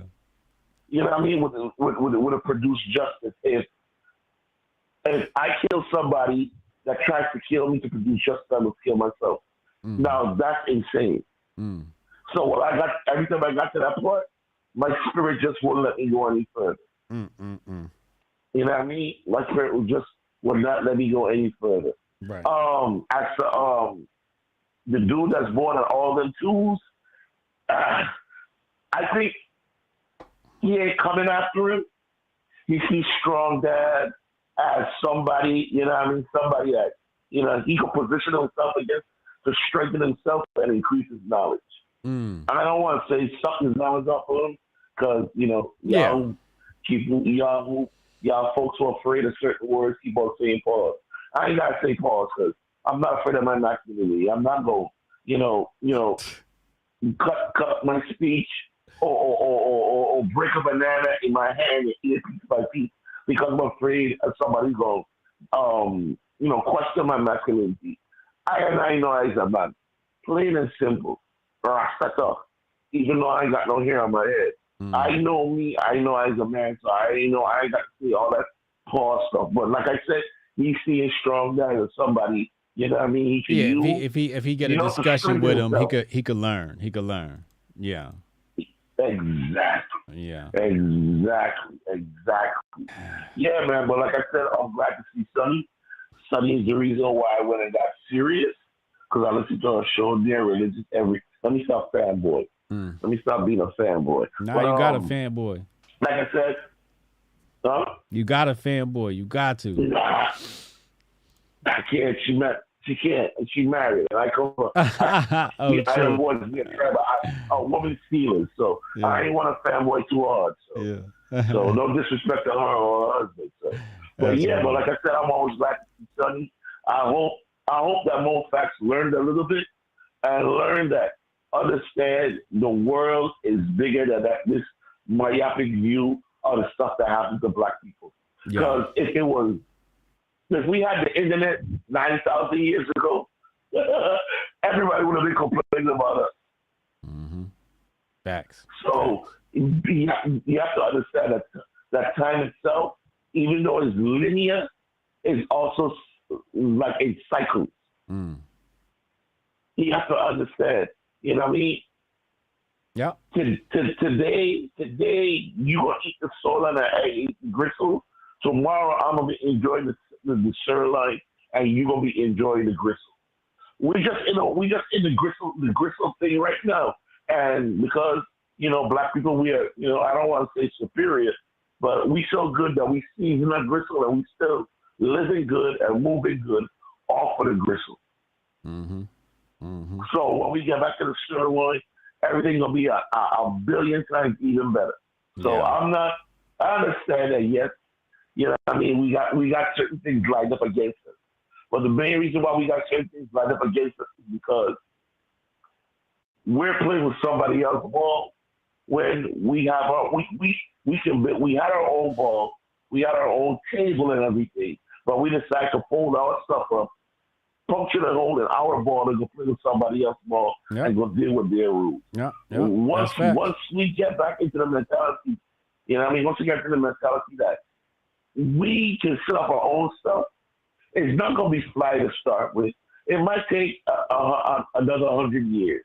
You know what I mean? And I've even heard this one time about my phone. What about Rosewood and Oklahoma and stuff like that? Man, black people is once bitten, twice shot. White people ain't gonna run up on us and do stuff like that. No, because some of us got the same stuff that they got. You know what I mean? I got that was different times. Yeah, those were different times. Yeah, they got one pop that'll take a whole block. Yeah. You know what I mean? So I'm me personally, I'm not worried. But like I said, I know now really and truly know this tomorrow. I see why you don't show your face. I really and truly see why you don't show your face. Because people will watch, if anybody see you from the street, see you in the street, they're going to just watch you and point, let me stop disrespecting you like that. Mo, I'm going to talk to the gods for you, man. You know what I mean? I'm going to talk to the gods for you so you can get rid of some of that white man fear, man. Word. I can tell you one way to do it, but you know what I mean? But I don't know if you're a Paul Hunter or not. So that's, but with that, all right, man. To the chat. Appreciate you. See you, Sonny, when you come on tomorrow afternoon on Sirius. What it is, conservative station 125 or whatever it is. Yeah. So, you know what I mean? And Hotep to the chat. Hotep.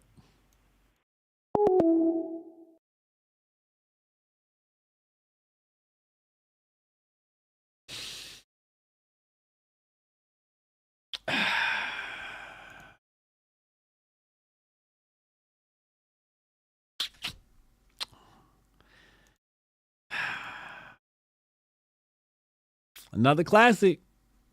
Another classic. Another classic. I'm telling you, we keep putting out hits. We keep putting out hits, man. Hotep Nation, Hotepistan. Oh, this a real Hotep brother. Shout out to Goldstein. Shout out to Strong Dad. I'm telling you, we got the strongest crew on the internet. We got the strong Rudy. We got Mike and Taylor behind the scenes. Got the strongest crew on the internet. Shout out to Sonnie. Appreciate Sonnie. Sonnie, thank you for allowing me to grift off of this. You know I would not turn down a grift as juicy as moderating a conversation between you and Mo. My final thoughts.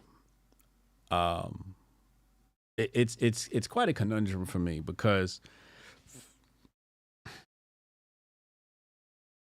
like somebody said, I think Doc in the chat said, Hotep Jesus, you knew what was going to happen.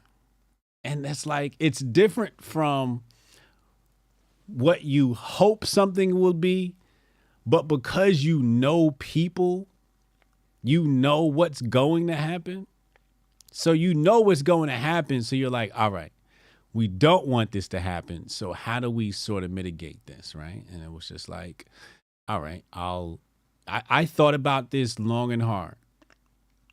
And I said, well, there's two parts to this, right? Because another part emerged during the debate, right? So before the debate, I was just like, all right, we have to keep this a discussion, right? But during the debate, I was just like, it just dawned on me, like, okay, what if I put them on the same team? Then they won't argue. Ah, that's perfect. That's genius, Hotep Jesus. And then Moe Factz was like, hold my beer. And I'm just like, wait, Mo, no, I tried to say you, no.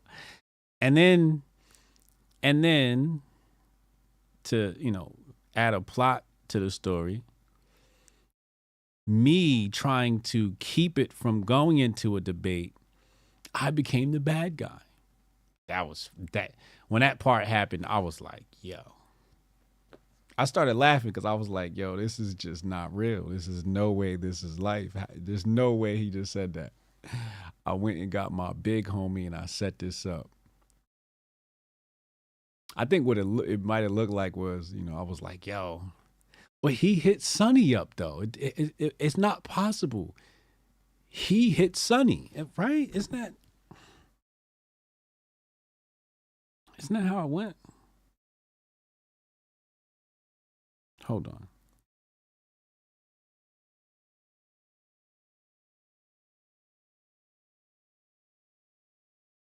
Yeah. He sent her the tweet, peace, I would like to have a short chat with you because I believe you and I agree on a lot of things. And that's another thing. I kept trying to bring the conversation back to even after it had devolved into a debate. And Sonnie had left it. Sonnie went off camera, came back a couple of minutes later, was completely quiet.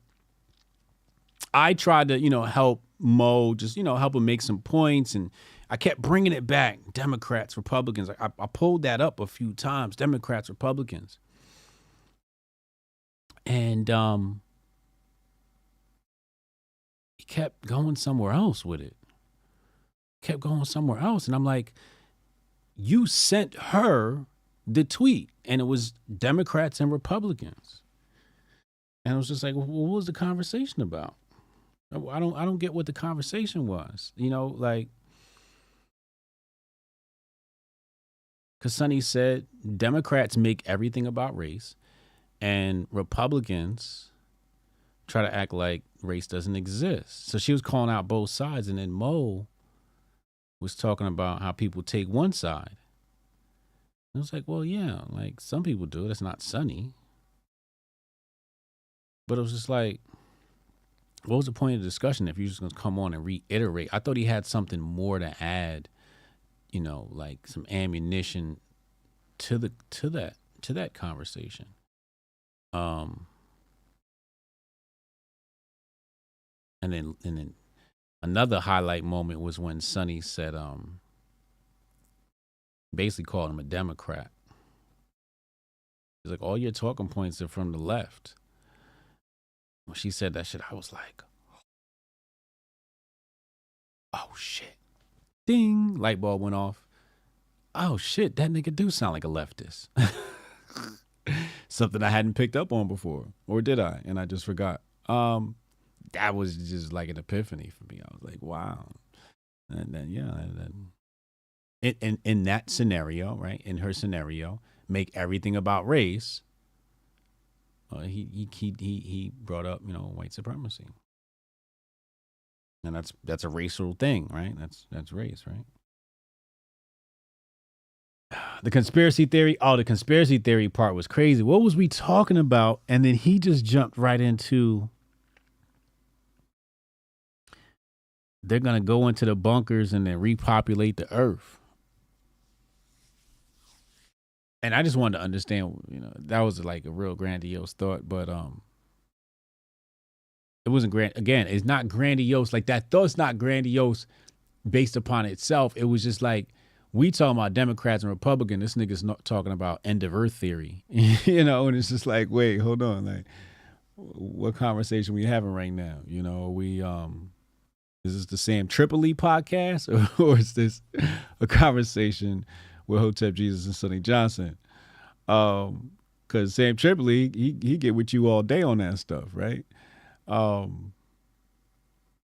then that's when I asked him, I said, so are they putting the working class in these bunkers? Because they're not going to do the work. You're not, like, if you run the world, right, you're not going to go in the bunker by yourself. You're going to have some of the working class in the bunkers with you. And in 10 years, when everything clears out, you can be like, all right, get your ass out there and make me some food, right? That's what makes sense, right? You would bring some help, some hands. And then how does that work? Right? Like, how does that work? How many do you bring? How many people does a lizard person need to take with them in his bunker? And do they share a bunker, or do they have their own separate bunker? There's like a bunker next to a bunker, and like they can't access yours, but you can access theirs. Right? So this is where a conversation about Democrats and Republicans, now I'm sitting over here thinking about how the bunker is laid out.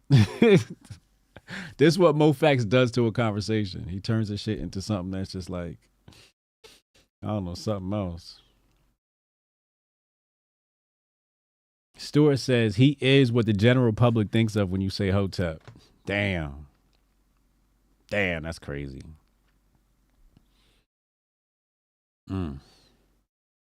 ADOS syndrome? I just want to understand. Mo. We might need one more conversation. We might need a resurrection conversation with Mo. You might need one more. I'm gonna need a couple of weeks off first. Well, we might need one more. This one's gonna be called Resurrecting Moe Factz. No, we're gonna call it The Resurrection, Understanding Moe Factz. We're gonna have to figure out what's going on. We need to know what's up. Something's afoot. Something's wrong. Something's out of place.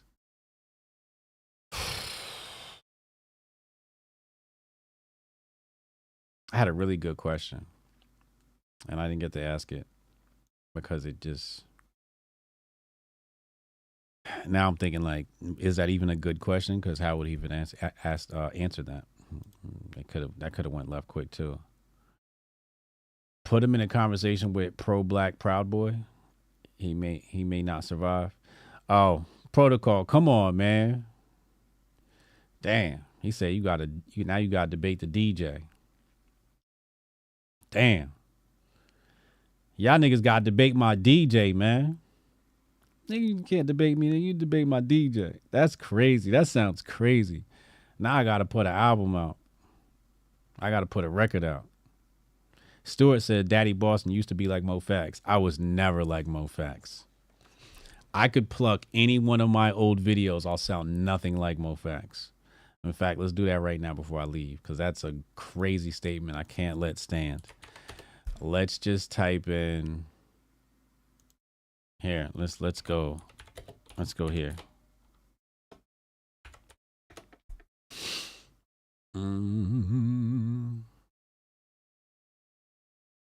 Let's go right here. I'm going to show you 9 years ago, Ali Shakur. Get your popcorn ready.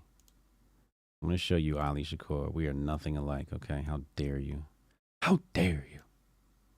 Hold on. You see the hair, right? See the hair? See the hair? All right, let's press play. We got to go trip down memory lane. You made me do it. You made me do it. What's up, y'all? Ali Shakur, Third Eye Jedi. I just got off a 10-hour flight. I'm in Dubai right now, Dubai airport. And flight was interesting. I guess the universe is testing my patience because the entire flight I had kids kicking in my back. This lady had 2 kids, but it's whatever. Not a bad flight. Flying Emirates was pretty cool. I got here to the airport and all the Asian people, the Far East Asian people, are wearing gas masks. I don't know what that's about, but I'm gonna have to look into it. And everybody's staring at me. I must be the first dreadhead to touch down in Dubai. What's up, y'all? I just got to Tanzania. I'm in the customs right now, waiting to get my visa. And then we're gonna hit the road to Tanzania.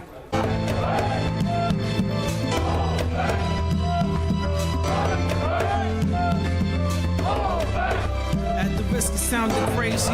I'ma talk regardless, cause at the end we all gon' lay in chalk regardless. Digging up history, looking for the links. All I wanna find is the nose of the Sphinx. Another holy war for a God who never shows face. The way I see it, it's him versus the human race. All that black and white people. What's up, y'all? Ali Shakur. Somehow I met some people from some good people from Chicago. They got me on a boat out here. You know what I'm saying? You know what I'm saying? How's it? Yeah. The motherland. We in the motherland, you know what I'm saying? Dar es Salaam. Dar es Salaam. Masaki Sleepway. Oh, man, it's beautiful. Y'all spend a lot of money back home, but this right here ain't nothing. You know what I mean? Y'all gotta come and check it out. Yeah. What's up, y'all? Ali Shakur, and I'm here on Bongoya Island in Tanzania, or Tanzania is the English way to say it. And it's a beautiful island here, right across from the peninsula of Dar es Salaam, Tanzania. It's so beautiful out here. We just got finished swimming in the Indian Ocean. So now I can say at least I've swam in the Indian Ocean. It's so beautiful out here. I don't even want to go home. I want to see niggas' videos in Africa. Hold on, I'm not done yet. He said Daddy Boston and not Ali Shakur. Let's type in Daddy Boston. Daddy Boston ain't never been on that shit. Hold on, let me find you. Is this one? Nah, not that one. Hold on. I want to show you right here. Huh? Okay. This Daddy Boston, just to show you I ain't never been on no dumb shit. Always been a real nigga. It's Daddy Boston, okay? You know what I'm saying? The shirt is off. The shirt is off.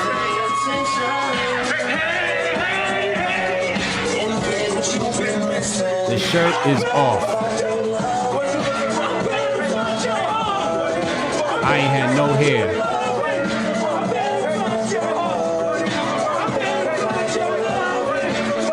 Huh?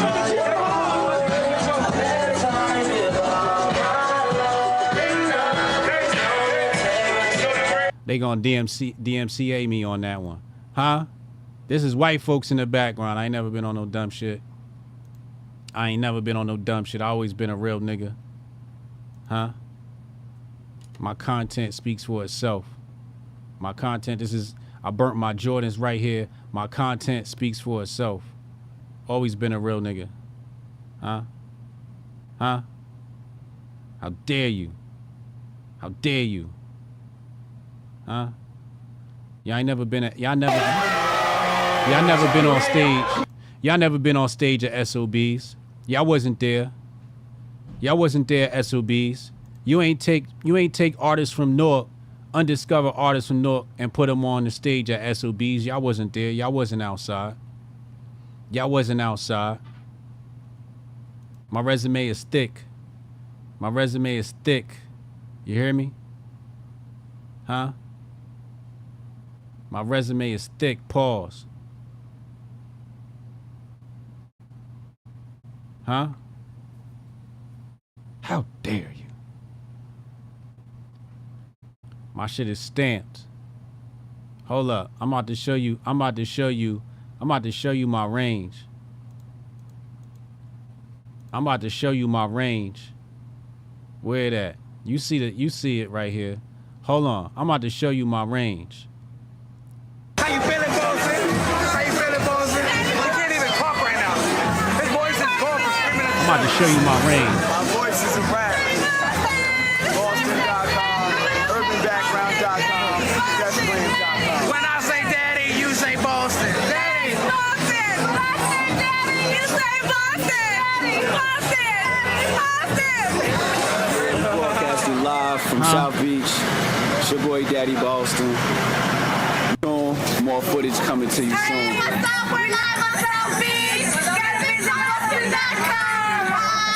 Live on South Beach. Do the booty dance. Ah! Huh? Huh? Who was outside with the girls shaking their ass? Who was outside 13 years ago? Where was you? Where was you 13 years ago when I was in Miami? They talking about twerk videos. I'm sorry. I was responsible for that. I'm sorry.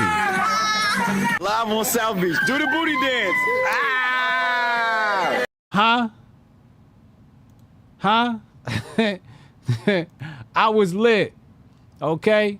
Don't try me. I was lit. Huh? Hold up.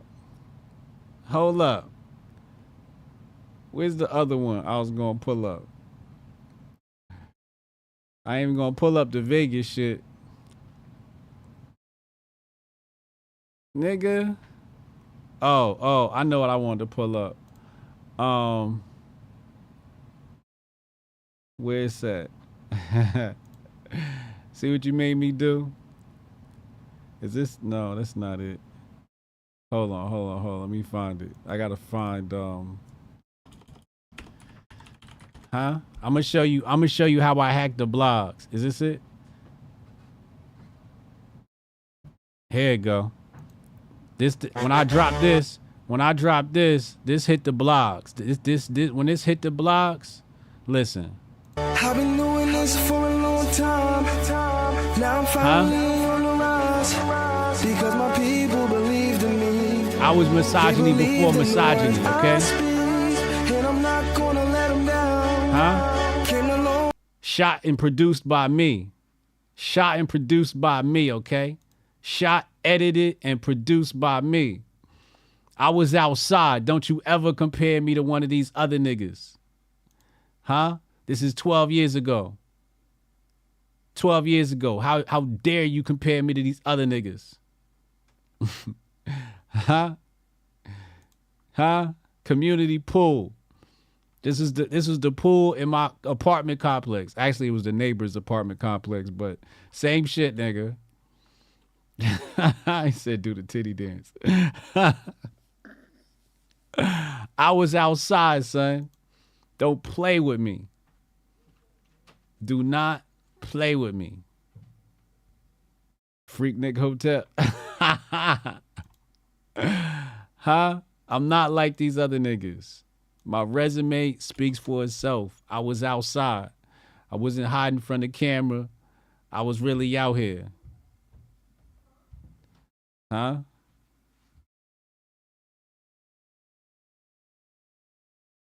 We was really outside. Shout out to Demic. Without Demic, none of that would have been possible. Shout out to Demic. Without him, none of that would have been possible.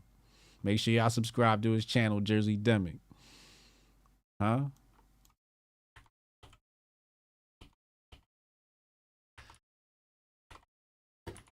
was outside, okay? It's documented. It's well documented. I was outside.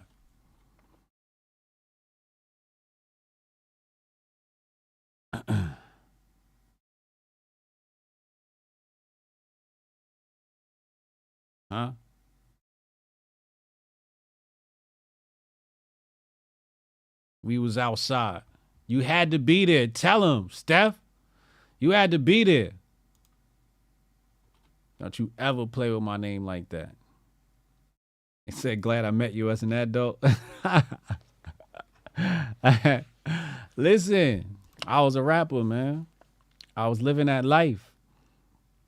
You know how much shit we didn't document? Oh, man, I wish we'd have had the Jersey girls. Oh, Jersey girls used to go what? Murder mommies. Jersey girls. You know how gassed I was back then? You know how gassed I was to be? It was crazy because Jersey Girls was a spot. It's not there no more. Well, the spot's there. I don't think it's called Jersey Girls anymore. They changed it into something else. But in Jersey, Jersey Girls was like one of the premier spots, if not the premier spot. And I never forget, it was Joe, Esther Baxter, because he was dating her at the time. Lady L, she was sitting behind me, and it was dope because I'm at the bar. I got Shorty with me. We enjoying some wings or whatever. And, you know, the DJ, you know, Lady L, Daddy Boston in the house. You know what I mean? acknowledged. You know what I mean? I was getting acknowledgments. I was getting love. I was VIP listed. We wasn't waiting in lines. Those was the greatest times, man. It was like all that hustling, it finally paid off. You know what I mean? And we became a little like a local legend almost. And that was dope seeing, you know, credit to Demick, because it was his vision. And it worked out, man. It worked out really well. Those are some times, man. I wish we'd have had all that on tape. Oh, crazy. They made me wear a dress. Oh, hell no, nigga. Fuck out of here. I should put you on timeout for saying that shit. Fucking playing on my name. So I be talking about, man. You keep playing on my name, man. All right, man. Now it's time to say goodbye to all my Hotep friends. Sonnie Johnson, thank you again for coming on the channel and bringing fire conversation as always. Be well, stay merry. Tell somebody in your family that you love them. And as always, Hotep and Bill. Envision a sanctuary where community and sustainability are the cornerstones of living. In this haven, every family is able to grow their own food, children flourish through homeschooling tailored to unlock their full potential, and education extends beyond textbooks, instilling self-worth and a deep understanding of the world around them. Here, goodwill isn't just an ideal, it's the essence of daily life, where respect for law and order harmonizes with the community's resourcefulness. This place isn't just a dream, it's a call to action for everyone who believes in a better, more connected way of living. Join us in building a future where each individual's contributions create a tapestry of enduring harmony and prosperity. Join us in Hotepistan,